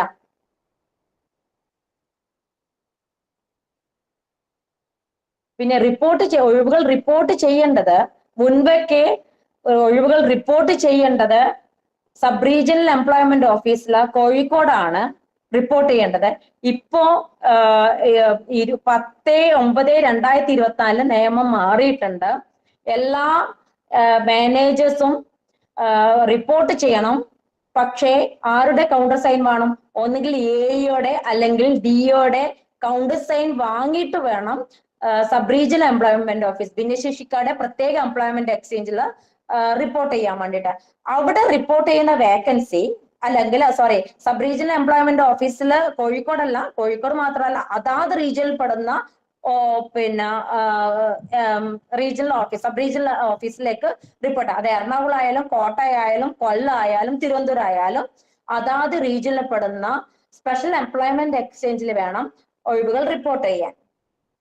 അങ്ങനെ റിപ്പോർട്ട് ചെയ്യുന്ന ഒഴിവുകള് ആ റീജിയനിൽ പെടുന്ന എംപ്ലോയ്മെന്റ് എക്സ്ചേഞ്ചിൽ അയക്കും. അവിടുന്ന് അങ്ങനെ ആ റീജിയനിൽ പെടുന്ന എല്ലാ എംപ്ലോയ്മെന്റ് എക്സ്ചേഞ്ചിൽ അയച്ചു കഴിഞ്ഞാൽ അവിടുന്നൊക്കെ ഉദ്യോഗാർത്ഥികൾ ഉണ്ടോ എന്ന് നോക്കിയിട്ട് 1:1 എന്ന അനുപാതത്തില് ഉണ്ടെങ്കിൽ അത് ആ സ്പെഷ്യൽ എംപ്ലോയ്മെന്റ് എക്സ്ചേഞ്ചിൽ അയക്കുകയും അവിടുന്ന് ലിസ്റ്റ് ക്രോഡീകരിച്ചിട്ട് അതാത് എംപ്ലോയർക്ക് അയക്കുകയും ആണ് ചെയ്യുന്നത്. ഇപ്പൊ നിലവില് നമ്മൾക്ക് ഈ എല്ലാ ഒഴിവുകളും വിഷ്വലി ഇമ്പയർഡിനാണ് പോകുന്നത്. ഇപ്പൊ ആൾക്കാർ വളരെയധികം കുറവാണ്. വേക്കൻസി കൂടുതലും, നമ്മൾക്ക് കാൻഡിഡേറ്റ്സ് കുറവാണ്. ഒരുപാട് കാൻഡിഡേറ്റ്സ് ഞാൻ നോക്കിയപ്പോഴത്തേക്ക് ഒരുപാട് കാൻഡിഡേറ്റ്സ് ഉണ്ട്. പക്ഷെ അവര് അൺക്വാളിഫൈഡ് ആണ്. കാറ്ററ്റ് കഴിഞ്ഞിട്ടില്ല, കാറ്ററ്റ് കിട്ടിയിട്ടില്ല, സെറ്റ് കിട്ടിയില്ല. സെറ്റും കാറ്ററ്റ് ഒക്കെ കഴിഞ്ഞാൽ ഒരുപാട് ഉദ്യോഗാർത്ഥികൾ ഉണ്ട്. നമ്മുടെ രജിസ്ട്രേഷൻ നോക്കുമ്പോൾ ഇങ്ങനെ കഴിഞ്ഞവർ ഒരുപാടുണ്ട്. പക്ഷെ കാറ്ററ്റ് യോഗ്യത നേടാത്തവരാണ് മിക്കവാറും. ചിലപ്പോൾ ഇവര് പ്ലേസ്ഡ് ആയിരിക്കാം, എന്താണെന്ന് അറിയില്ല. അങ്ങനെ ഒരുപാട് ഡിഫക്ട്സ് ഉണ്ട്. അപ്പൊ നമ്മൾ എന്ത് വന്നാലും ഇനി പഠിച്ചു വരുന്ന കുട്ടികളോടും എന്ത് ചെയ്യാം, ഇങ്ങനത്തെ പിന്നെ എന്താ ഈ കോഴ്സ് കഴിയാനും ഈ ഇതിന്റെ വേണ്ട ഒരു ടീച്ചേഴ്സിന് വേണ്ട ക്വാളിഫിക്കേഷൻ കംപ്ലീറ്റ് ചെയ്തിട്ട് എത്രയും പെട്ടെന്ന് പേര് രജിസ്റ്റർ ചെയ്താൽ അതിന് സീനിയോറിറ്റി അനുസരിച്ചിട്ട് അതാത് എക്സ്റ്റെൻഡ് നോമിനേറ്റ് ചെയ്യുന്നതാണ്.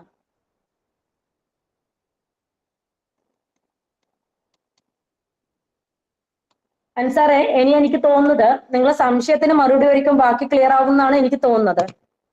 ഓക്കെ മാം, ഇതിനകത്ത് മാം പറഞ്ഞ കാര്യത്തിൽ അഡീഷണൽ കൂട്ടിച്ചേർക്കാനുള്ളത് പറഞ്ഞോളൂ. പിന്നെ ഈ ഒഴിവുകൾ റിപ്പോർട്ട് ചെയ്യപ്പെടാത്തത് 90% ഒഴിവുകൾ റിപ്പോർട്ട് അത് പറഞ്ഞോളൂ.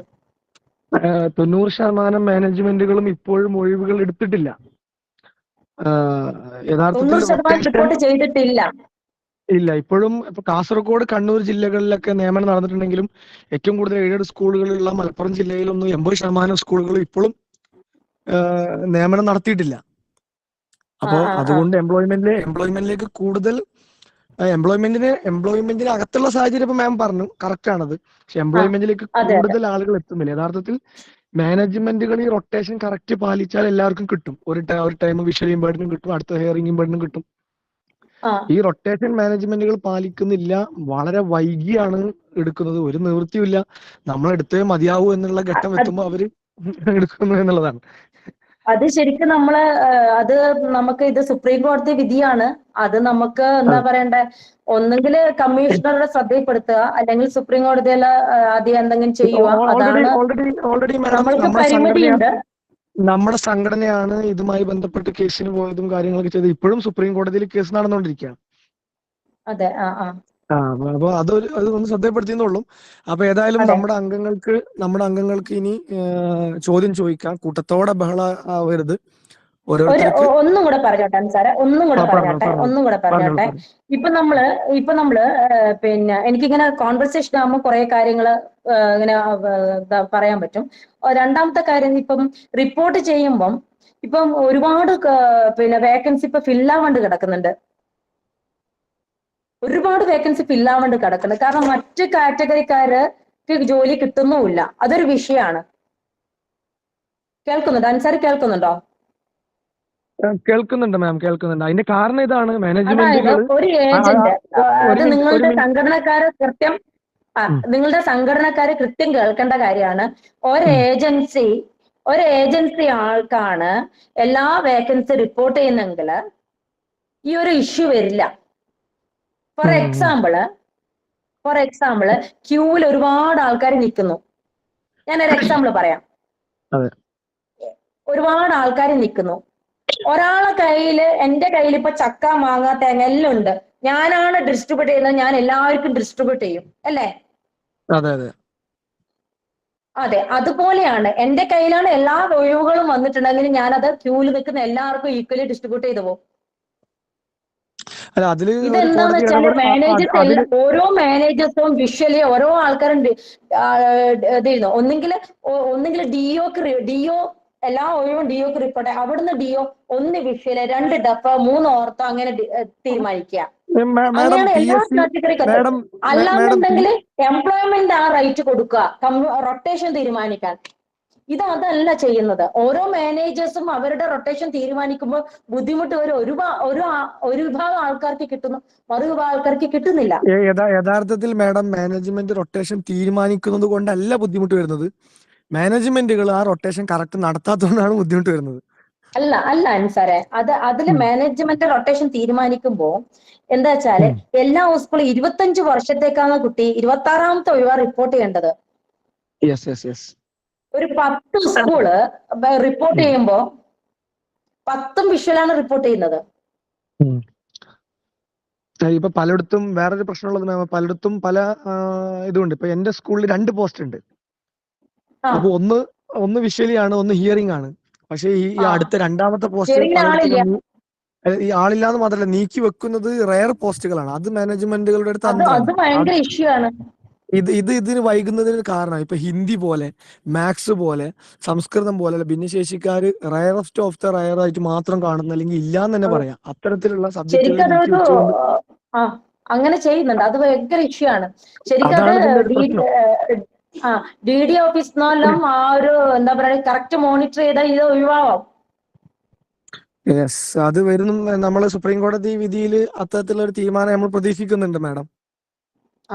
ഇത്രാമത്തെ ഒഴിവെന്ന് വെച്ചാൽ അത് കറക്റ്റ് മോണിറ്റർ ചെയ്യണം. ഡി ഡി ഓഫീസിനും കറക്റ്റ് മോണിറ്റർ ചെയ്തിട്ടില്ലെങ്കിൽ ഒരു നല്ലൊരു സംവിധാനം, നല്ലൊരു ബദൽ കോടതി നിർദ്ദേശം എന്തേന്നറിയോ, ഇപ്പൊ നമ്മൾ ആദ്യം ഒരു വർഷം റിപ്പോർട്ട് ചെയ്യണം, ഒരു വേക്കൻസി റിപ്പോർട്ട് ചെയ്ത് രണ്ടാമത്തെ വർഷം ആ വേക്കൻസി റിപ്പോർട്ട് ആളില്ലെങ്കിൽ അവർക്ക് ഓപ്പൺ ആരെ വേണമെങ്കിലും എടുക്കാം. അതിനാണ് അവരങ്ങനെ ചെയ്യുന്നത്. അത് നമ്മൾ സമ്മതിക്കാനേ പാടില്ല. അതെ അതെ, 2 വർഷം അവർക്ക് ഇത് ഉരുട്ടിക്കൊണ്ടുപോയി അവർക്ക് ഓപ്പൺ നാളെ എടുക്കാം. അത് സമ്മതിക്കാനേ പാടില്ല. നമ്മൾ പൊരുതി നേടണം. നമ്മൾ പൊരുതി നേടിയതാണ്, അത് സമ്മതിച്ചു കൊടുക്കാനേ പാടില്ല. 2 വർഷം അവർക്ക് ഉരുട്ടിക്കൊണ്ടുപോയാൽ അവർക്ക് ഓപ്പൺ നാളെ എടുക്കാം. അത് നമ്മൾ സമ്മതിക്കാനേ പാടില്ല. യെസ്, അതുകൊണ്ടാണ് ഭിന്നശേഷിക്കാർ ഇല്ലാത്ത പോസ്റ്റുകൾ കൊടുത്തിരുന്നത്. അത് സമ്മതിക്കാനേ പാടില്ല. അത് എങ്ങനെയെങ്കിലും നമ്മളെല്ലാം ഒത്തൊരുമയോടെ നിന്നിട്ട് അതിനെതിരെ ഫൈറ്റ് ചെയ്തേ പറ്റുള്ളൂ. നമ്മളെ കുട്ടികൾക്ക് എന്ത് വന്നാലും അതെന്താ പറയണ്ട, അർഹത ഉള്ളത് നമ്മൾ നേടിക്കൊടുത്തേ പറ്റുള്ളൂ. അതെ അതെ അതെ, ഏതായാലും നമ്മുടെ അങ്ങനെ ചെയ്യുന്നുണ്ട്. അതെ അതെ. പിന്നെ അതുമല്ല അൻസാർ, എന്റെ ശ്രദ്ധയിൽപ്പെട്ടത് വെച്ചാല് നമ്മളെ ലിസ്റ്റ് കൊടുത്തപ്പോഴും ലിസ്റ്റ് നിന്ന് അവർ പൈസ ചോദിച്ചിട്ട് വാങ്ങുന്നുണ്ട്. അത് നമ്മൾ കൊടുക്കാനും പാടില്ല, അവർ ചോദിക്കാനും പാടില്ല. അതെ അതെ, തീർച്ചയായിട്ടും. അത് ഒരുപാട് ശ്രദ്ധയിൽപ്പെട്ട് ഞാൻ ഒരുപാട് കുട്ടികളെ ഞാൻ പറഞ്ഞിട്ടുണ്ട്, ചെയ്യരുത്, നിങ്ങൾ കൊടുക്കാൻ നിൽക്കരുത്. സുപ്രീം കോടതി ഉത്തരവുള്ളതാണ് ഞാൻ പറഞ്ഞിട്ടുണ്ട്. തീർച്ചയായിട്ടും മാഡം പറയുന്നത് നമ്മുടെ ബഹുമാനപ്പെട്ട നമ്മുടെ അംഗങ്ങളും കേൾക്കുക. ആരും തന്നെ പൈസ കൊടുത്ത് നിയമിതനാവേണ്ട ഒരു സാഹചര്യം ഇല്ല. നിങ്ങൾക്ക് അർഹതയുള്ളതാണ്. മാഡം, ഈ എയ്ഡഡ് മേഖലയിലെ ടീച്ചിങ് പോസ്റ്റിൽ മാത്രമേ ഈ സംവരണം ഉള്ളൂ, അല്ല നോൺ ടീച്ചിങ് സ്റ്റാഫ് അതുപോലെ? ഇപ്പം അതായത് കുട്ടി 2016 PW ആക്ട് പ്രകാരമാണ് ഇങ്ങനെ ഒരു നിയമം വന്നത്. അത് ആദ്യമായിട്ട് എന്താ പറയാ അഡോപ്റ്റ് ചെയ്ത് എയ്ഡഡ് മേഖല. ഇനി 1 by 1 ആയിട്ട് എല്ലാ ഫീൽഡിലും ഇത് വരും കേട്ടോ. ഇപ്പൊ വന്നത് എയ്ഡഡ് മേഖലയാണ് ആദ്യം വന്നത്. അവർ ചോദിച്ചത് നോൺ ടീച്ചിങ് മേഖലയിൽ ഉള്ള റിസർവേഷൻ. നോൺ ടീച്ചിങ് മേഖലയിലുണ്ട്, സ്കൂളിലെ നോൺ ടീച്ചിങ് മേഖലയിലുണ്ട്. ഓക്കെ, അത് ക്ലിയർ ആയി. ബഹുമാനപ്പെട്ട അംഗങ്ങൾ ഇതേപോലെ സംക്ഷിപ്തമായിട്ട് ചോദ്യം ചോദിക്കുക, പേര് പറഞ്ഞ് ചോദിക്കുക. അതാകുമ്പോൾ മാഡത്തിന് ആൻസർ ചെയ്യാൻ കുറച്ചും കൂടി സുഖമായിരിക്കും. ഇനി ആരെങ്കിലും ചോദിക്കാനുണ്ടെങ്കിൽ അടുത്ത. ഹലോ, പറഞ്ഞോളൂ. കേൾക്കാം. എന്റെ പേര് സിജു, ഞാൻ പത്തനംതിട്ടയിൽ നിന്നാണ് വിളിക്കുന്നത്. പറഞ്ഞോളൂ മാഡം, എനിക്ക് ചോദിക്കാനുള്ളത്, മാഡം ആ ലോണിന്റെ കേസ് പറഞ്ഞായിരുന്നല്ലോ. അപ്പൊ ആ ലോണ് ഇപ്പൊ നമ്മളൊരു സ്വയം തൊഴിലിന് വേണ്ടി ലോൺ എടുത്താൽ പിന്നെ അത് നമ്മുടെ ഈ ജോലിയെ ബാധിക്കുമോ? ഒന്നാമത്തെ ക്വസ്റ്റ്യൻ അതാണ്. സ്വയം തൊഴിലിന് വേണ്ടിയാണല്ലോ ലോൺ എടുക്കുന്നത്, തൊഴിലല്ലേ. അപ്പൊ അത് കഴിയുമ്പോൾ നമ്മുടെ ഈ സീനിയോറിറ്റി വെച്ചിട്ട് ലോൺ എടുത്ത വ്യക്തിക്ക് ജോലി കിട്ടാനുള്ള സാധ്യത മങ്ങുമോ? ഇല്ല, നിലവിൽ അങ്ങനെയില്ല കേട്ടോ. നിങ്ങൾ ടീച്ചിങ്ങിന്റെ ആണോ ഉദ്ദേശിക്കുന്നത്, എയ്ഡഡിന്റെ ആണോ ഉദ്ദേശിച്ചത്? അല്ല, ഞാൻ പറഞ്ഞ സ്വയം തൊഴിലിന് വേണ്ടിയുള്ള ലോണിന്റെ കാര്യം. സ്വയം തൊഴിലിന്റെ ലോൺ എനിക്ക് മനസ്സിലായി. നിങ്ങള് BEd കഴിഞ്ഞിട്ട് ടീച്ചിങ്ങിന്റെ ആണോ കാത്തിക്കുന്നത്? അല്ലല്ലോ, ഒരിക്കലും ബാധിക്കില്ല കേട്ടോ. സ്ഥിരം ജോലി നിങ്ങൾക്ക് കിട്ടിയിട്ടുണ്ടെങ്കിൽ തിരിച്ചടക്കണമെന്നേ ഉള്ളൂ, അല്ലാതെ മറ്റു ജോലികൾക്കൊന്നും ബാധിക്കില്ല കേട്ടോ. സ്ഥിരം സർക്കാർ ജോലി കിട്ടിയിട്ടുണ്ടെങ്കിൽ നമ്മളത് അടക്കുന്നതിൽ ബുദ്ധിമുട്ടില്ലല്ലോ. ഇല്ല, സ്ഥിരം സർക്കാർ ജോലി ഉണ്ടെങ്കിൽ സ്വയം തൊഴിലിന്റെ ആവശ്യകത വരുന്നില്ല. ആ ക്ലോസ് മാത്രമേ ഉള്ളൂ. മറ്റെങ്ങനെ നിങ്ങൾക്കത് എടുക്കാം. എംപ്ലോയ്മെന്റ് ത്രൂ ജോലി കിട്ടിയാലും നിങ്ങൾക്കത് വിഷയമല്ല കേട്ടോ. അപ്പൊ രണ്ടാമത്, ഈ എംപ്ലോയ്മെന്റിൽ നിന്നാണ് ഫണ്ട് അനുവദിക്കുന്നത്? അല്ലല്ലോ, അതായത് ഇത് നമ്മൾ ഡയറക്റ്റ് അല്ല, എംപ്ലോയ്മെന്റ് തന്നെയാണ് ഫണ്ട് അനുവദിക്കുക. കൈവല്യ എന്ന് നമ്മൾ ഡയറക്റ്റ് തരുന്നു, എംപ്ലോയ്മെന്റ് തന്നെ അടക്കണം. കൈവല്യ മാത്രമല്ല മാഡം ഞാൻ ചോദിച്ചാൽ, മറ്റേ ജനറൽ ആയിട്ട് വരുന്ന ജനറൽ ആയിട്ടുള്ളത് ഞാൻ പറഞ്ഞു. അതായത് ജനറൽ ആയിട്ടുള്ളത് നമ്മളല്ല. അപ്പൊ അതായത് താമസിക്കുന്ന സർക്കിളിലുള്ള ബാങ്കുമായി ബന്ധപ്പെട്ടല്ലേ ആ ലോൺ തരുന്നത്? അത് മൾട്ടിപർപ്പസ് ലോൺ തരുന്നത് ബാങ്കാണ്, പക്ഷെ സബ്സിഡി നമ്മളാണെന്ന് പ്രത്യേകം ഞാൻ എടുത്ത് പറഞ്ഞിട്ടുണ്ടായിരുന്നു. ഓക്കെ, അത് ഞാൻ കേട്ടു. ഞാൻ ചോദിക്കുന്നത്, അപ്പൊ ഇതിന് ബാങ്കിൽ ചെല്ലുമ്പോൾ നോർമലി അവർ സാധാരണ നമ്മളൊരു ലോൺ ചെല്ലുന്ന പോലെ തന്നെ അതേ തന്നെ പ്രൊസീജിയർ? അല്ലല്ല, നമ്മൾ സ്കീം എന്ന് പറഞ്ഞാൽ അത് തരണം. നമ്മള് ഓരോ ബാങ്കും നമ്മളായിട്ടുള്ള മീറ്റിംഗിൽ നമ്മൾ പറയുന്നതാണ് ഈ സ്കീമിനെ കുറിച്ചിട്ട്, അവർ തരണം എന്നാണ്. അല്ല, എന്റെ കയ്യിൽ ഞാൻ ഇതുപോലെ എടുത്തതായിരുന്നു. ക്ലബ് എന്ന് പറഞ്ഞൊരു ലോൺ ഇല്ലേ മാഡം, 2 പേര് ചേർന്നിട്ട് എടുക്കുന്നത്? Multipurpose and job club 10 lakhs വരെ മാക്സിമം 20% ഡിസ്കൗണ്ട് കിട്ടുന്ന സബ്സിഡി 8 lakhs വരുന്നത്. 8 ലക്ഷം രൂപ ചെലവ് വരും. അപ്പൊ ആ 8 ലക്ഷം രൂപ തിരിച്ചടവ് വരുന്നത് ബാങ്കിൽ, അതായത് നമ്മുടെ സർക്കിളിലുള്ള ബാങ്കിൽ ചെന്ന് കഴിയുമ്പോൾ എംപ്ലോയ്മെന്റിൽ നിന്ന് പാസ്സായി പേപ്പറുകൾ അവിടെ എല്ലാം ക്ലിയർ ആയിട്ട് വന്ന് കൊടുത്തെങ്കിൽ പോലും അവര് ഈ ഈട് തരാതെ അവര് മാനേജർ ലോൺ തരാൻ വിസമ്മതിക്കുമായിരുന്നു. ആണോ? നിങ്ങളിപ്പോ എംപ്ലോയ്മെന്റ് എക്സ്ചേഞ്ച് അത് മാത്രമല്ല, ആയിട്ട് അന്നത്തെ നോർമൽ ഇൻട്രസ്റ്റ് റേറ്റിനെക്കാട്ടിലും കൂടുതൽ, അതായത് 13% വരുന്ന ഇൻട്രസ്റ്റ് റേറ്റ് ആണ് നമ്മൾ അടയ്ക്കുന്നത്. അപ്പൊ അത് അടയ്ക്കുമ്പോൾ തന്നെ നമ്മൾ 1 ഇയർ കൊണ്ട് തന്നെ ഈ ഇൻട്രസ്റ്റ് റേറ്റ് തന്നെ ഈ സബ്സിഡിയെക്കാട്ടിലും വലിയ തുകയായിട്ട് മാറുമായിരുന്നു. ഞാൻ എന്റെ അനുഭവത്തിൽ വൊക്കേഷണൽ ഗൈഡിങ് സെൽഫ് എംപ്ലോയ്മെന്റ് ആയിട്ട് ബന്ധപ്പെട്ടിരുന്നോ? ഞാനിപ്പോ ഒരു 5 ഇയറിന് മുമ്പ് എടുത്ത കാര്യം പറയുന്നത്. ഞാൻ എടുത്ത എടുത്ത ആളാണ്. കാര്യമാണോ? ഞാൻ ഓൾറെഡി എടുത്തതാണ് ഈ ക്ലബ്ബ്. എന്നിട്ട് ഞാൻ അതിനുള്ള ഈട്, ഞാനും എന്റെ ഒരു സുഹൃത്തും കൂടെ ചേർന്ന ഒരു ക്ലബ്ബായിട്ട് 2 പേര് വേണമല്ലോ, ഒരാളിൽ ലീഡറും അല്ല അങ്ങനെ എടുത്തപ്പോഴാണ് ഇത്. കാരണം ലാസ്റ്റിൽ അത് പാസ്സാകണമെങ്കിൽ ഇതുപോലെ ഈട് തരാതെ ഞങ്ങൾ തരത്തില്ല. കാരണം നിങ്ങൾ അഥവാ തിരിച്ചടച്ചില്ല എങ്കിൽ എംപ്ലോയ്മെന്റുകാർ പൈസ തിരിച്ചടയ്ക്കുമോ എന്നുള്ളതാണ് അവരുടെ ക്വസ്റ്റ്യൻ. അതുകൊണ്ടാണ് ഞാൻ ആദ്യം ഈ ജോലിക്ക് വല്ല മംഗളുണ്ടോ എന്ന് ഞാൻ ചോദിച്ചത്. കാരണം ഞാൻ ഓൾറെഡി ലോൺ എടുത്ത് അത് ആ ഭാഗം എല്ലാം ഞാൻ ക്ലിയർ ആയിട്ട് അടച്ചതുമാണ്, സബ്സിഡി കൈപ്പറ്റിയതുമാണ് കേട്ടോ. ആ ഭാഗത്തും എല്ലാം എംപ്ലോയ്മെന്റിന്റെ ഭാഗത്തുനിന്ന് നല്ല രീതിയിൽ എനിക്ക് ലഭിച്ചതുമാണ്. സബ്സിഡി എല്ലാം കറക്റ്റ് ക്ലിയർ ആയിരുന്നു. അവിടുന്ന് വെരിഫിക്കേഷൻ വന്ന് എന്റെ സ്വയം തൊഴിൽ പദ്ധതികൾ വന്ന് കാണുകയും അതിന്റെ റിപ്പോർട്ടുകളും എല്ലാം ക്ലിയർ ആയിട്ട് പോയതാണ്. പക്ഷെ ഈ ലോൺ എടുക്കാൻ ബാങ്കിൽ ചെല്ലുമ്പോൾ എംപ്ലോയ്മെന്റിൽ നിന്ന് പാസ്സായെങ്കിലും അവർ ഈടില്ലാതെ ഇവിടെ തരാൻ ബുദ്ധിമുട്ടായിരുന്നു. അതല്ല, ചില മാനേജേഴ്സ് ചിലപ്പം അവരൊക്കെ അതുപോലെ കളിപ്പിക്കാറുണ്ട്. തിരക്കായതുകൊണ്ട് സമയം മുന്നോട്ട് പോകുന്നുണ്ട്. മാഡത്തിനെ ബുദ്ധിമുട്ടിക്കാതല്ല, ഒരു ഒറ്റ ചോദ്യം കൂടെ. ഇപ്പൊ ഞാൻ ഈ ഒരു സബ്സിഡി വാങ്ങിച്ച ഒരു ലോൺ ഒരു 5 വർഷം മുമ്പ് എടുത്ത് അതെല്ലാം ക്ലിയർ ആയി അടഞ്ഞും തീർന്നു. അപ്പൊ ആ എടുത്ത എനിക്ക് ഇനി ഈ കൈവല്യോ അങ്ങനെയുള്ള പദ്ധതികളിൽ ലോൺ എടുക്കുന്നതിൽ ബുദ്ധിമുട്ടുണ്ടാവും? അതൊന്ന് നിങ്ങൾ പിന്നെ ഓഫീസായിട്ട് ഒന്ന് സമീപിച്ച് നോക്കണം കേട്ടോ. ഒരു ലോൺ എടുത്താൽ പിന്നെ ആ അടുത്ത സബ്സിഡിക്ക് ചെറിയൊരു 25% നിങ്ങൾ കൈപ്പറ്റിയല്ലോ, അങ്ങനെ ഉണ്ട്, ചെറിയൊരു ക്ലോസ് ഉണ്ട്. നിങ്ങളൊന്ന് ജില്ലാ എക്സ്ചേഞ്ചുമായിട്ട് നിങ്ങൾ ഏതാ എംപ്ലോയ്മെന്റ് എക്സ്ചേഞ്ച് ഒന്ന് ബന്ധപ്പെട്ടോളൂ. ചെറിയൊരു ക്ലോസ് ഉണ്ട് അതില്.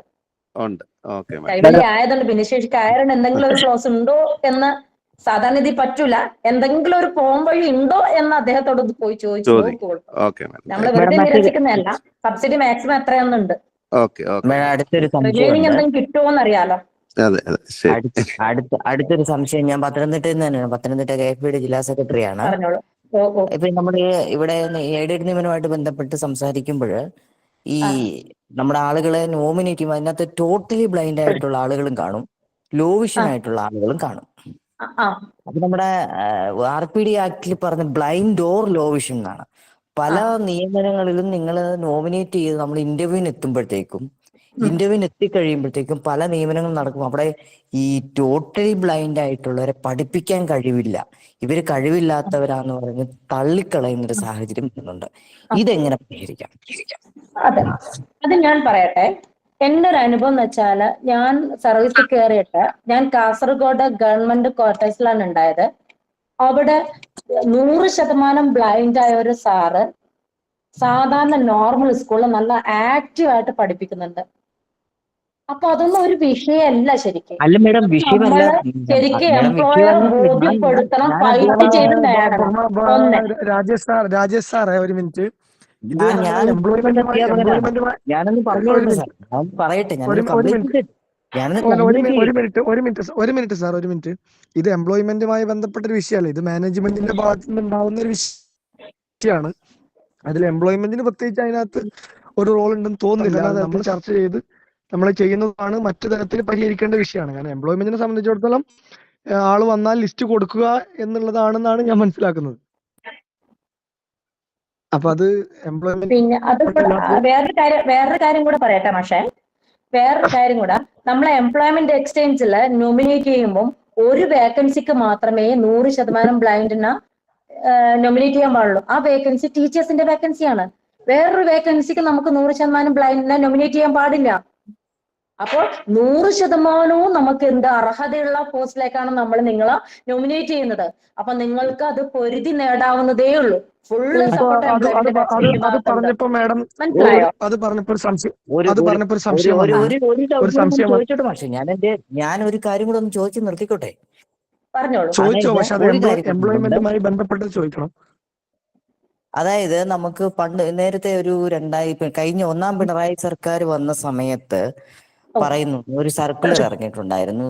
താൽക്കാലികമായിട്ടുള്ള എംപ്ലോയ്മെന്റ് നിയമനങ്ങളൊക്കെ തന്നെ, അല്ല, ഈ താൽക്കാലികമായിട്ടുള്ള അധ്യാപകർ 6 മാസത്തിൽ കൂടുതലുള്ള ഒഴിവുള്ള നിയമനങ്ങളെല്ലാം എംപ്ലോയ്മെന്റ് വഴി തന്നെ നടത്തണമെന്ന് ഒരു സർക്കുലർ ഉണ്ടായിരുന്നു. പക്ഷേ എങ്കിൽ ഇപ്പോഴും പല ഗവൺമെന്റ് സ്കൂളുകളും ഇത് പാലിക്കാൻ തയ്യാറാകാതെ അവർ സ്വന്തം നിലയ്ക്ക് നിയമനം അതായത് ഡെയിലി ബേസിൽ ആളെ അവര് തന്നെ ഇന്റർവ്യൂ നടത്തി ആളെ എടുക്കുന്ന ഒരു സാഹചര്യം ഉണ്ടായിരുന്നു. എന്നാൽ പത്തനംതിട്ട ജില്ലയിൽ തന്നെ അങ്ങനെ ഒരു ഞാൻ കേസ് കൊടുത്ത് 2019 ഇത്തരത്തിൽ UPLP നിയമനം നടത്താനായിട്ടുള്ള സാധ്യതകളെടുത്ത് ഞാൻ ആ ലിസ്റ്റിലും ഉണ്ടായിരുന്നു. അന്ന് വൈരാഗ്യത്തോടാണ് അന്നത്തെ DD ഈ എംപ്ലോയ്മെന്റ് കൊടുക്കാതെ വെച്ചോണ്ടിരുന്ന UP എടുത്തത്.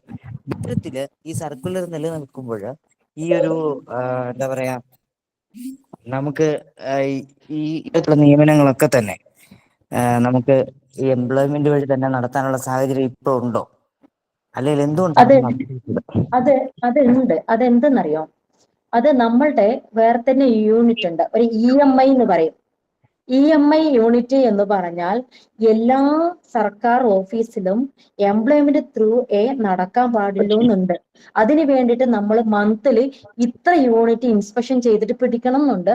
നമ്മള് ഇന്നലെ അടക്കം നമ്മൾ ഓഫീസിൽ നിന്ന്, കാഞ്ഞങ്ങാട് ഓഫീസിൽ നമുക്ക് ടാർജറ്റും ഉണ്ട്. നമ്മളത് ടാർജറ്റ് കറക്റ്റ് എല്ലാ ഓഫീസിലും ചെയ്യലുണ്ട്. നമുക്ക് ആ ടാർജറ്റ് പൂർത്തീകരിച്ചിട്ട് നമുക്ക് മെമ്മോ കിട്ടാറുണ്ട്. അപ്പൊ എല്ലാ ഓഫീസിലും ആ ടാർജറ്റ് പൂർത്തീകരിച്ച് കൊടുക്കുന്നുണ്ട്. പക്ഷേ നമ്മളുടെ പിന്നെ സർക്കാരിന്റെ ഭാഗത്തു നിന്ന് ഒരു കണ്ണടക്കുന്ന ഒരു നടപടിയാണ് ഉള്ളത്. എന്താന്ന് വെച്ചാല് അത് ഇപ്പത്തെ സർക്കാർ എന്നല്ല, അത് നമ്മൾ റിപ്പോർട്ട് ചെയ്താൽ അവിടെ തന്നെ കിടക്കും. കാരണം വെച്ചാൽ നിലവിലെ സാഹചര്യം അനുസരിച്ചിട്ട് എല്ലാ വേക്കൻസിയും എംപ്ലോയ്മെന്റ് എക്സ്ചേഞ്ചിൽ റിപ്പോർട്ട് ചെയ്യുന്നില്ല. നമ്മൾ നോക്കുകുത്തികളായി പോകുന്നുണ്ട്. നമ്മള് ഇൻസ്പെക്ഷൻ ചെയ്യാഞ്ഞിട്ടോ റിപ്പോർട്ട് ചെയ്യാഞ്ഞിട്ടോ അല്ല, പക്ഷെ വേക്കൻസി റിപ്പോർട്ട് ചെയ്യുന്നില്ല എന്നുള്ളതാണ് വിഷയം. റിപ്പോർട്ട് ചെയ്ത വേക്കൻസികൾ നമ്മൾ ഉടനെ തന്നെ ആക്ഷൻ എടുക്കാറുമുണ്ട്. വേക്കൻസി റിപ്പോർട്ട് ചെയ്യുന്നില്ല, ആ റിപ്പോർട്ട് ചെയ്യാനുള്ള എല്ലാ നടപടികളും എല്ലാ ഇതും നമ്മൾ ഇൻസ്പെക്ഷൻ ചെയ്തിട്ട് അറിയിക്കാറുമുണ്ട്. ഇതാണ് ഇപ്പൊ നിലവിലെ അവസ്ഥ.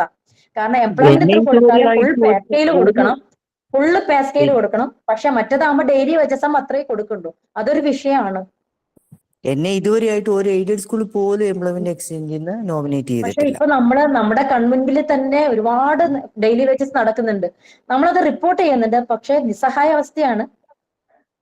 എന്ത് ചെയ്യാൻ പറ്റും? ഹെൽത്തിൽ തന്നെ കാണുന്നില്ലേ, ഒരുപാട് ഡെയിലി വേജസ് വരുന്നുണ്ട്.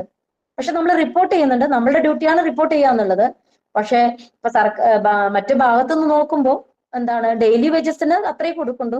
Employment through full pay scale കൊടുക്കണം. ആ ഒരു ഡിഫറൻസ് ആയിരിക്കാം, നമ്മൾക്ക് അത്രേ പറയാനും പാടുള്ളൂ.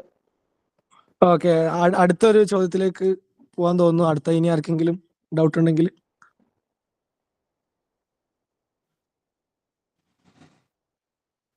ആർക്കും? മാഡം സുബൈർ ആണ് കാവലൂർ. സുബൈർ കണ്ണൂർ.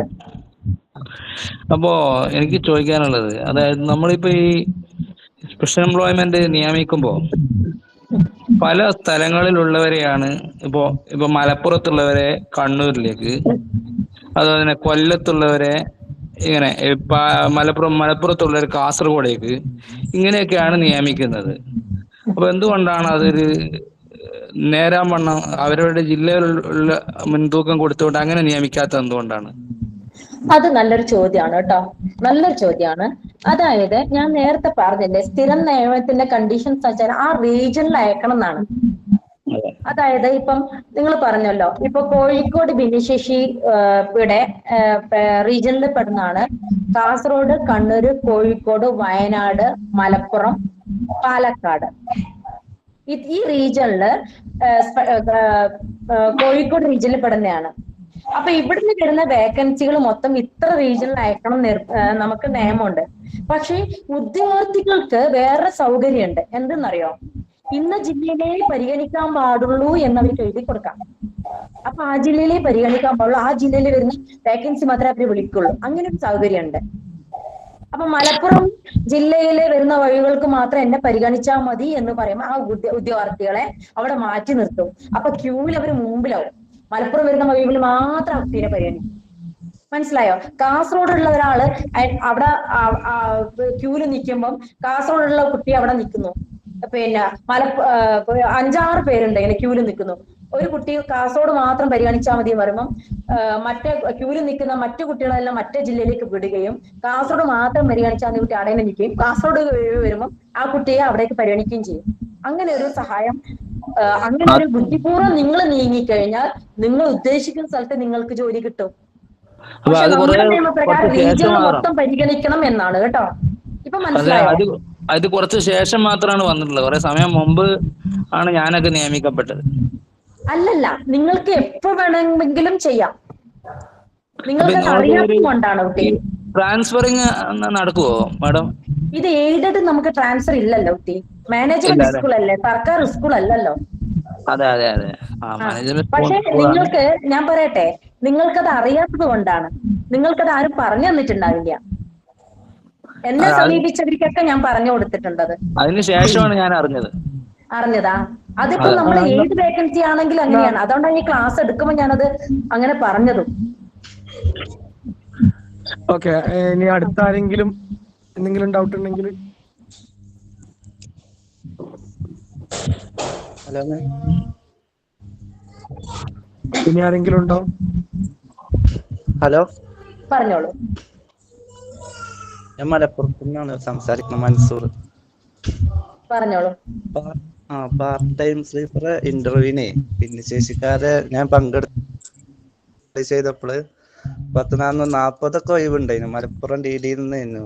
അപ്പോ ലിസ്റ്റില് ഒരു ഭിന്നശേഷിക്കാരെയും അവര് ലിസ്റ്റില് ഭിന്നശേഷിക്കാരെ ഇല്ല. അങ്ങനെ അതെന്താണ്? ലിസ്റ്റില് വന്നതേ ഭിന്നശേഷിക്കാരെ ഒരു മറ്റു ജനറൽ വിഭാഗത്തിലാണ് ഇതായിട്ടുള്ളത്. ഭിന്നശേഷിക്കാര് ഒരു മിനിറ്റ്, അദ്ദേഹം ഉദ്ദേശിച്ചത് ഈ പാർട്ട് ടൈം സ്ലീപ്പർ ഒഴിവ് വന്നപ്പോ ആ ലിസ്റ്റിൽ ഭിന്നശേഷിക്കാരോ ആരും പെട്ടില്ല എന്നുള്ളതാണ് എന്ന് തോന്നുന്നു. അങ്ങനെ മലപ്പുറത്ത് പെടാണ്ടിരിക്കില്ലല്ലോ. ഓരോ ഒഴിവിനും ഒരു ഭിന്നശേഷിക്കാർ, അഡീഷണൽ ഭിന്നശേഷിക്കാരുണ്ടാവും. ഇന്റർവ്യൂല് പങ്കെടുത്തപ്പോ ഉണ്ട് ഭിന്നശേഷി. പക്ഷെ ലിസ്റ്റ് പബ്ലിഷ് സെലക്ട് ചെയ്തപ്പോ അത് ഞാൻ പറയാം. അതെന്ന് വെച്ചാല് ഇപ്പൊ ഒരു ഒഴിവ് അറിയിച്ചിട്ടുണ്ടെങ്കിൽ ആ ഒഴിവില് നമ്മൾ 1:40 എന്നുള്ള രീതിയിൽ ഭിന്നശേഷിക്കാരെ അയച്ചിട്ടുണ്ടാവും. ഭിന്നശേഷിക്കാർ ഉൾപ്പെടെ ലിസ്റ്റ് കൊടുത്തിട്ടുണ്ടാവും.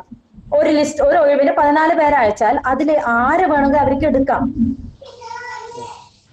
പക്ഷേ നമ്മൾ ആ 14 പേരെ അയക്കുമ്പോൾ അവർക്ക് ഒരു നിർദ്ദേശം കൊടുക്കുന്നുണ്ട്. എന്തെന്നറിയോ? നമ്മൾ അവർക്ക് നിർദ്ദേശം കൊടുക്കാറുണ്ട്. ഫസ്റ്റ് ഇമ്പോർട്ടൻസ് ആർക്ക് കൊടുക്കണം? ഭിന്നശേഷിക്കാർക്ക് കൊടുക്കണം എന്നുള്ള ഒരു കവറിംഗ് ലെറ്റർ, ഒരു കത്ത് വെച്ചിട്ടാണ് അവർക്ക് കൊടുക്കല്.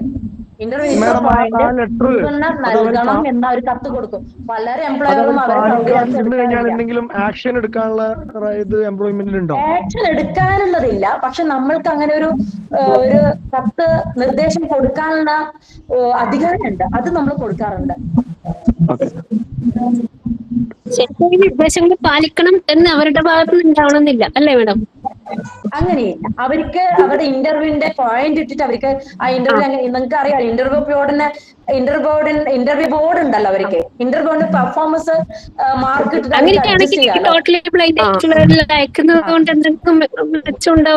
അല്ല, മറ്റു ഒഴിവുകൾക്ക് നമ്മൾ ടോട്ടലി ബ്ലൈൻഡ് അയക്കുന്നില്ലല്ലോ. മാഡം, അതുമായി ബന്ധപ്പെട്ട ഒരു സംശയം. മാഡം പറഞ്ഞു ടീച്ചിങ്ങിന് മാത്രമാണ് ടോട്ടലി ബ്ലൈൻഡിനെ പരിഗണിക്കുന്നത്. ടീച്ചിങ്ങിന് മാത്രമാണ് ടോട്ടലി ബ്ലൈൻഡ് അയക്കുന്നുള്ളൂ. നോൺ ടീച്ചിങ് അയക്കാൻ പാടില്ല എന്നാണ്. ഒരു മിനിറ്റ് മാഡം, അതിലൊരു സംശയമുള്ളത് ഇപ്പോ ടീച്ചിങ്ങിന് മാത്രമാണ് ബ്ലൈൻഡ് പൂർണ്ണമായിട്ടും കാഴ്ചയില്ലാത്തവരെ പരിഗണിക്കുന്നു പറയുമ്പോ ഇപ്പൊ ചില പോസ്റ്റുകൾ, അതായത് സർക്കാർ പുറത്തിറക്കിയിട്ടുള്ള നമുക്ക് ഐഡന്റിഫൈ ചെയ്ത് തന്നിട്ടുള്ള പോസ്റ്റുകളുടെ അടിസ്ഥാനത്തിലാണല്ലോ നിയമനം നടത്തുന്നത്. അതെ അതെ. അപ്പോ ഇപ്പൊ പല പോസ്റ്റിൽ ഇപ്പോ ഓഫീസ് അറ്റൻഡർ, അതേപോലെ തന്നെ LD ക്ലർക്ക് ഉൾപ്പെടെയുള്ള പോസ്റ്റുകൾ ഇപ്പോ 100% കാഴ്ചയില്ലാത്തവർക്ക് വേണ്ടി ഐഡന്റിഫൈഡ് ആണ്. ഇപ്പൊ നമുക്കും അപ്ലൈ ചെയ്യാവുന്ന രീതിയിലാണുള്ളത്. അപ്പൊ ആ സാഹചര്യത്തിൽ അത് എംപ്ലോയ്മെന്റിനും ബാധകല്ലേ? ഇപ്പൊ നമുക്ക് അതിനെ കുറിച്ച് സർക്കുലർ ഒന്നും വന്നിട്ടില്ല.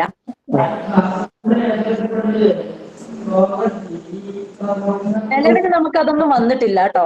ഇപ്പൊ ആണോ വന്നത് PSC-ല്? അത് 2 വർഷത്തിന് നമുക്ക് അതിനെ കുറിച്ചിട്ടൊന്നും വന്നില്ല കേട്ടോ. നേരത്തെ നമുക്ക് കിട്ടാത്ത പല ആണോ? പോസ്റ്റുകളും അതെ, ഇപ്പോ LD ക്ലർക്ക് ഉൾപ്പെടെയുള്ള പോസ്റ്റുകളിൽ ഞാൻ അതിനെ കുറിച്ച് ഒന്ന് പഠിക്കട്ടെ. നമുക്ക് സർക്കുലർ വന്നിട്ടില്ല കേട്ടോ.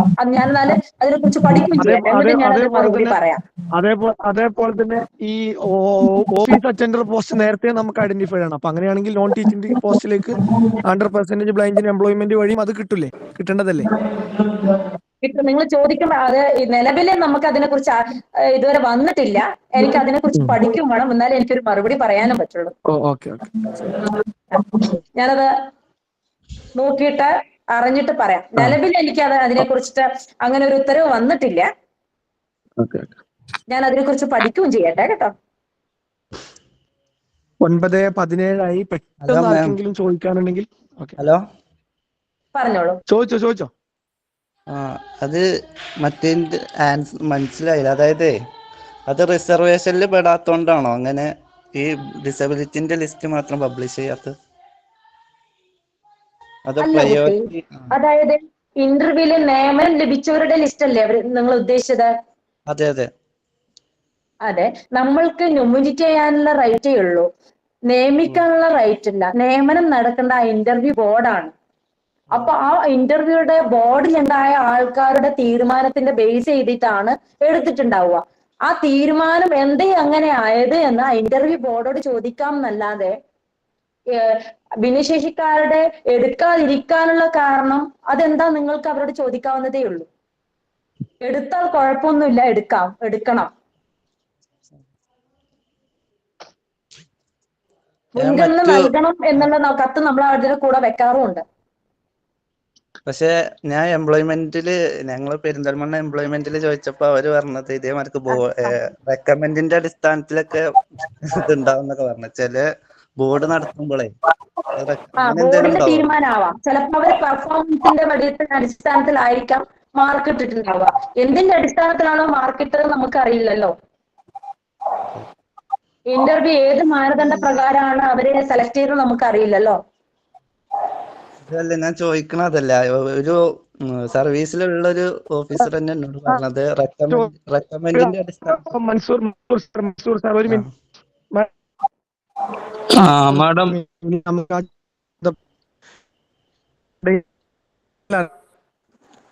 മാഡം ഒരു ജോലിയിലേക്ക്.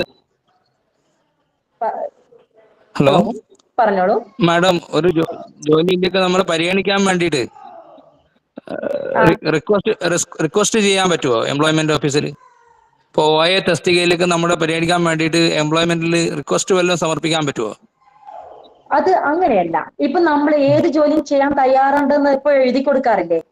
അതിന്റെ ക്ലോസ് എന്ന് വെച്ചാല് അതെന്തിനാണ് എഴുതി കൊടുക്കുന്നത്? എംപ്ലോയ്മെന്റ് എക്സ്ചേഞ്ചിൽ പേര് രജിസ്റ്റർ ചെയ്യുന്നതിന്റെ ജോലിക്ക് പരിഗണിക്കാനാണ്. പിന്നെ എന്തിനാണ് എല്ലാവരും പോയിട്ട് ഏത് ജോലിയും ചെയ്യാൻ തയ്യാറാണെന്ന് എഴുതി കൊടുക്കുന്നത്? ശ്രദ്ധിച്ചിട്ടുണ്ടോ? ഇല്ല. അത് എന്തിനെന്ന് വെച്ചാല് 10ാം ക്ലാസ് യോഗ്യത അല്ലെങ്കിൽ 10ാം ക്ലാസ് പാസ്സായ ഒരാൾക്ക് ഇപ്പൊ പ്യൂണ് ജോലി അല്ലെങ്കിൽ OA ജോലി, അത് 10ാം ക്ലാസ് താഴെയല്ലേ എന്റെ യോഗ്യത. അതിൽ പരിഗണിക്കണമെങ്കിൽ ഞാൻ 10ാം ക്ലാസ് താഴെയുള്ള OA ജോലി ചെയ്യാൻ, പ്യൂൺ ജോലി ചെയ്യാൻ തയ്യാറാണ് എന്ന ഒരു വില്ലിങ്നെസ് കൊടുക്കുന്നതാണ്. അത് കൊടുത്തെങ്കിൽ മാത്രമേ 10ാം ക്ലാസ് യോഗ്യതയുള്ള ഒരാളെ അതിൽ താഴെ യോഗ്യതയുള്ള ജോലിക്ക് നമുക്ക് പറഞ്ഞിടാൻ പറ്റുള്ളൂ. അതിനാണ് അത് കൊടുക്കുന്നത്. അല്ലാതെ ജോലിക്ക് പരിഗണിക്കാൻ വേണ്ടിയിട്ട് നമ്മൾ എഴുതി കൊടുക്കണ്ട. എനിക്ക് എന്തൊക്കെ യോഗ്യതയുണ്ട് ആ യോഗ്യതയ്ക്ക് അനുസരിച്ചിട്ട് അവർ വിളിച്ചോളൂ. എനിക്ക് +2 യോഗ്യതയുണ്ട്, എനിക്ക് ടീച്ചേഴ്സിന്റെ യോഗ്യതയുണ്ട്, ആ യോഗ്യതയ്ക്ക് അനുസരിച്ച് എംപ്ലോയ്മെന്റ് വിളിക്കും. പക്ഷേ 10ാം ക്ലാസ് യോഗ്യതയുള്ള എന്നെ OA പ്യൂണ് അല്ലെങ്കിൽ OA ജോലിക്ക് അല്ലെങ്കിൽ സൂപ്പർ ജോലിക്ക് വിളിക്കണമെങ്കിൽ ഞാൻ അതിന് സമ്മതം അറിയിക്കണം. അതിനാണ് ഞാൻ ഏത് ജോലിയും ചെയ്യാൻ തയ്യാറാണ് എന്ന് അവിടെ അറിയിക്കുന്നത് കേട്ടോ.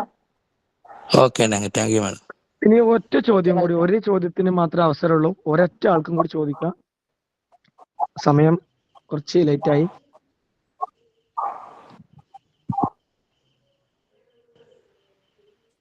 യെസ്, അപ്പൊ ആരും ഇല്ലാതിരിക്കുന്ന.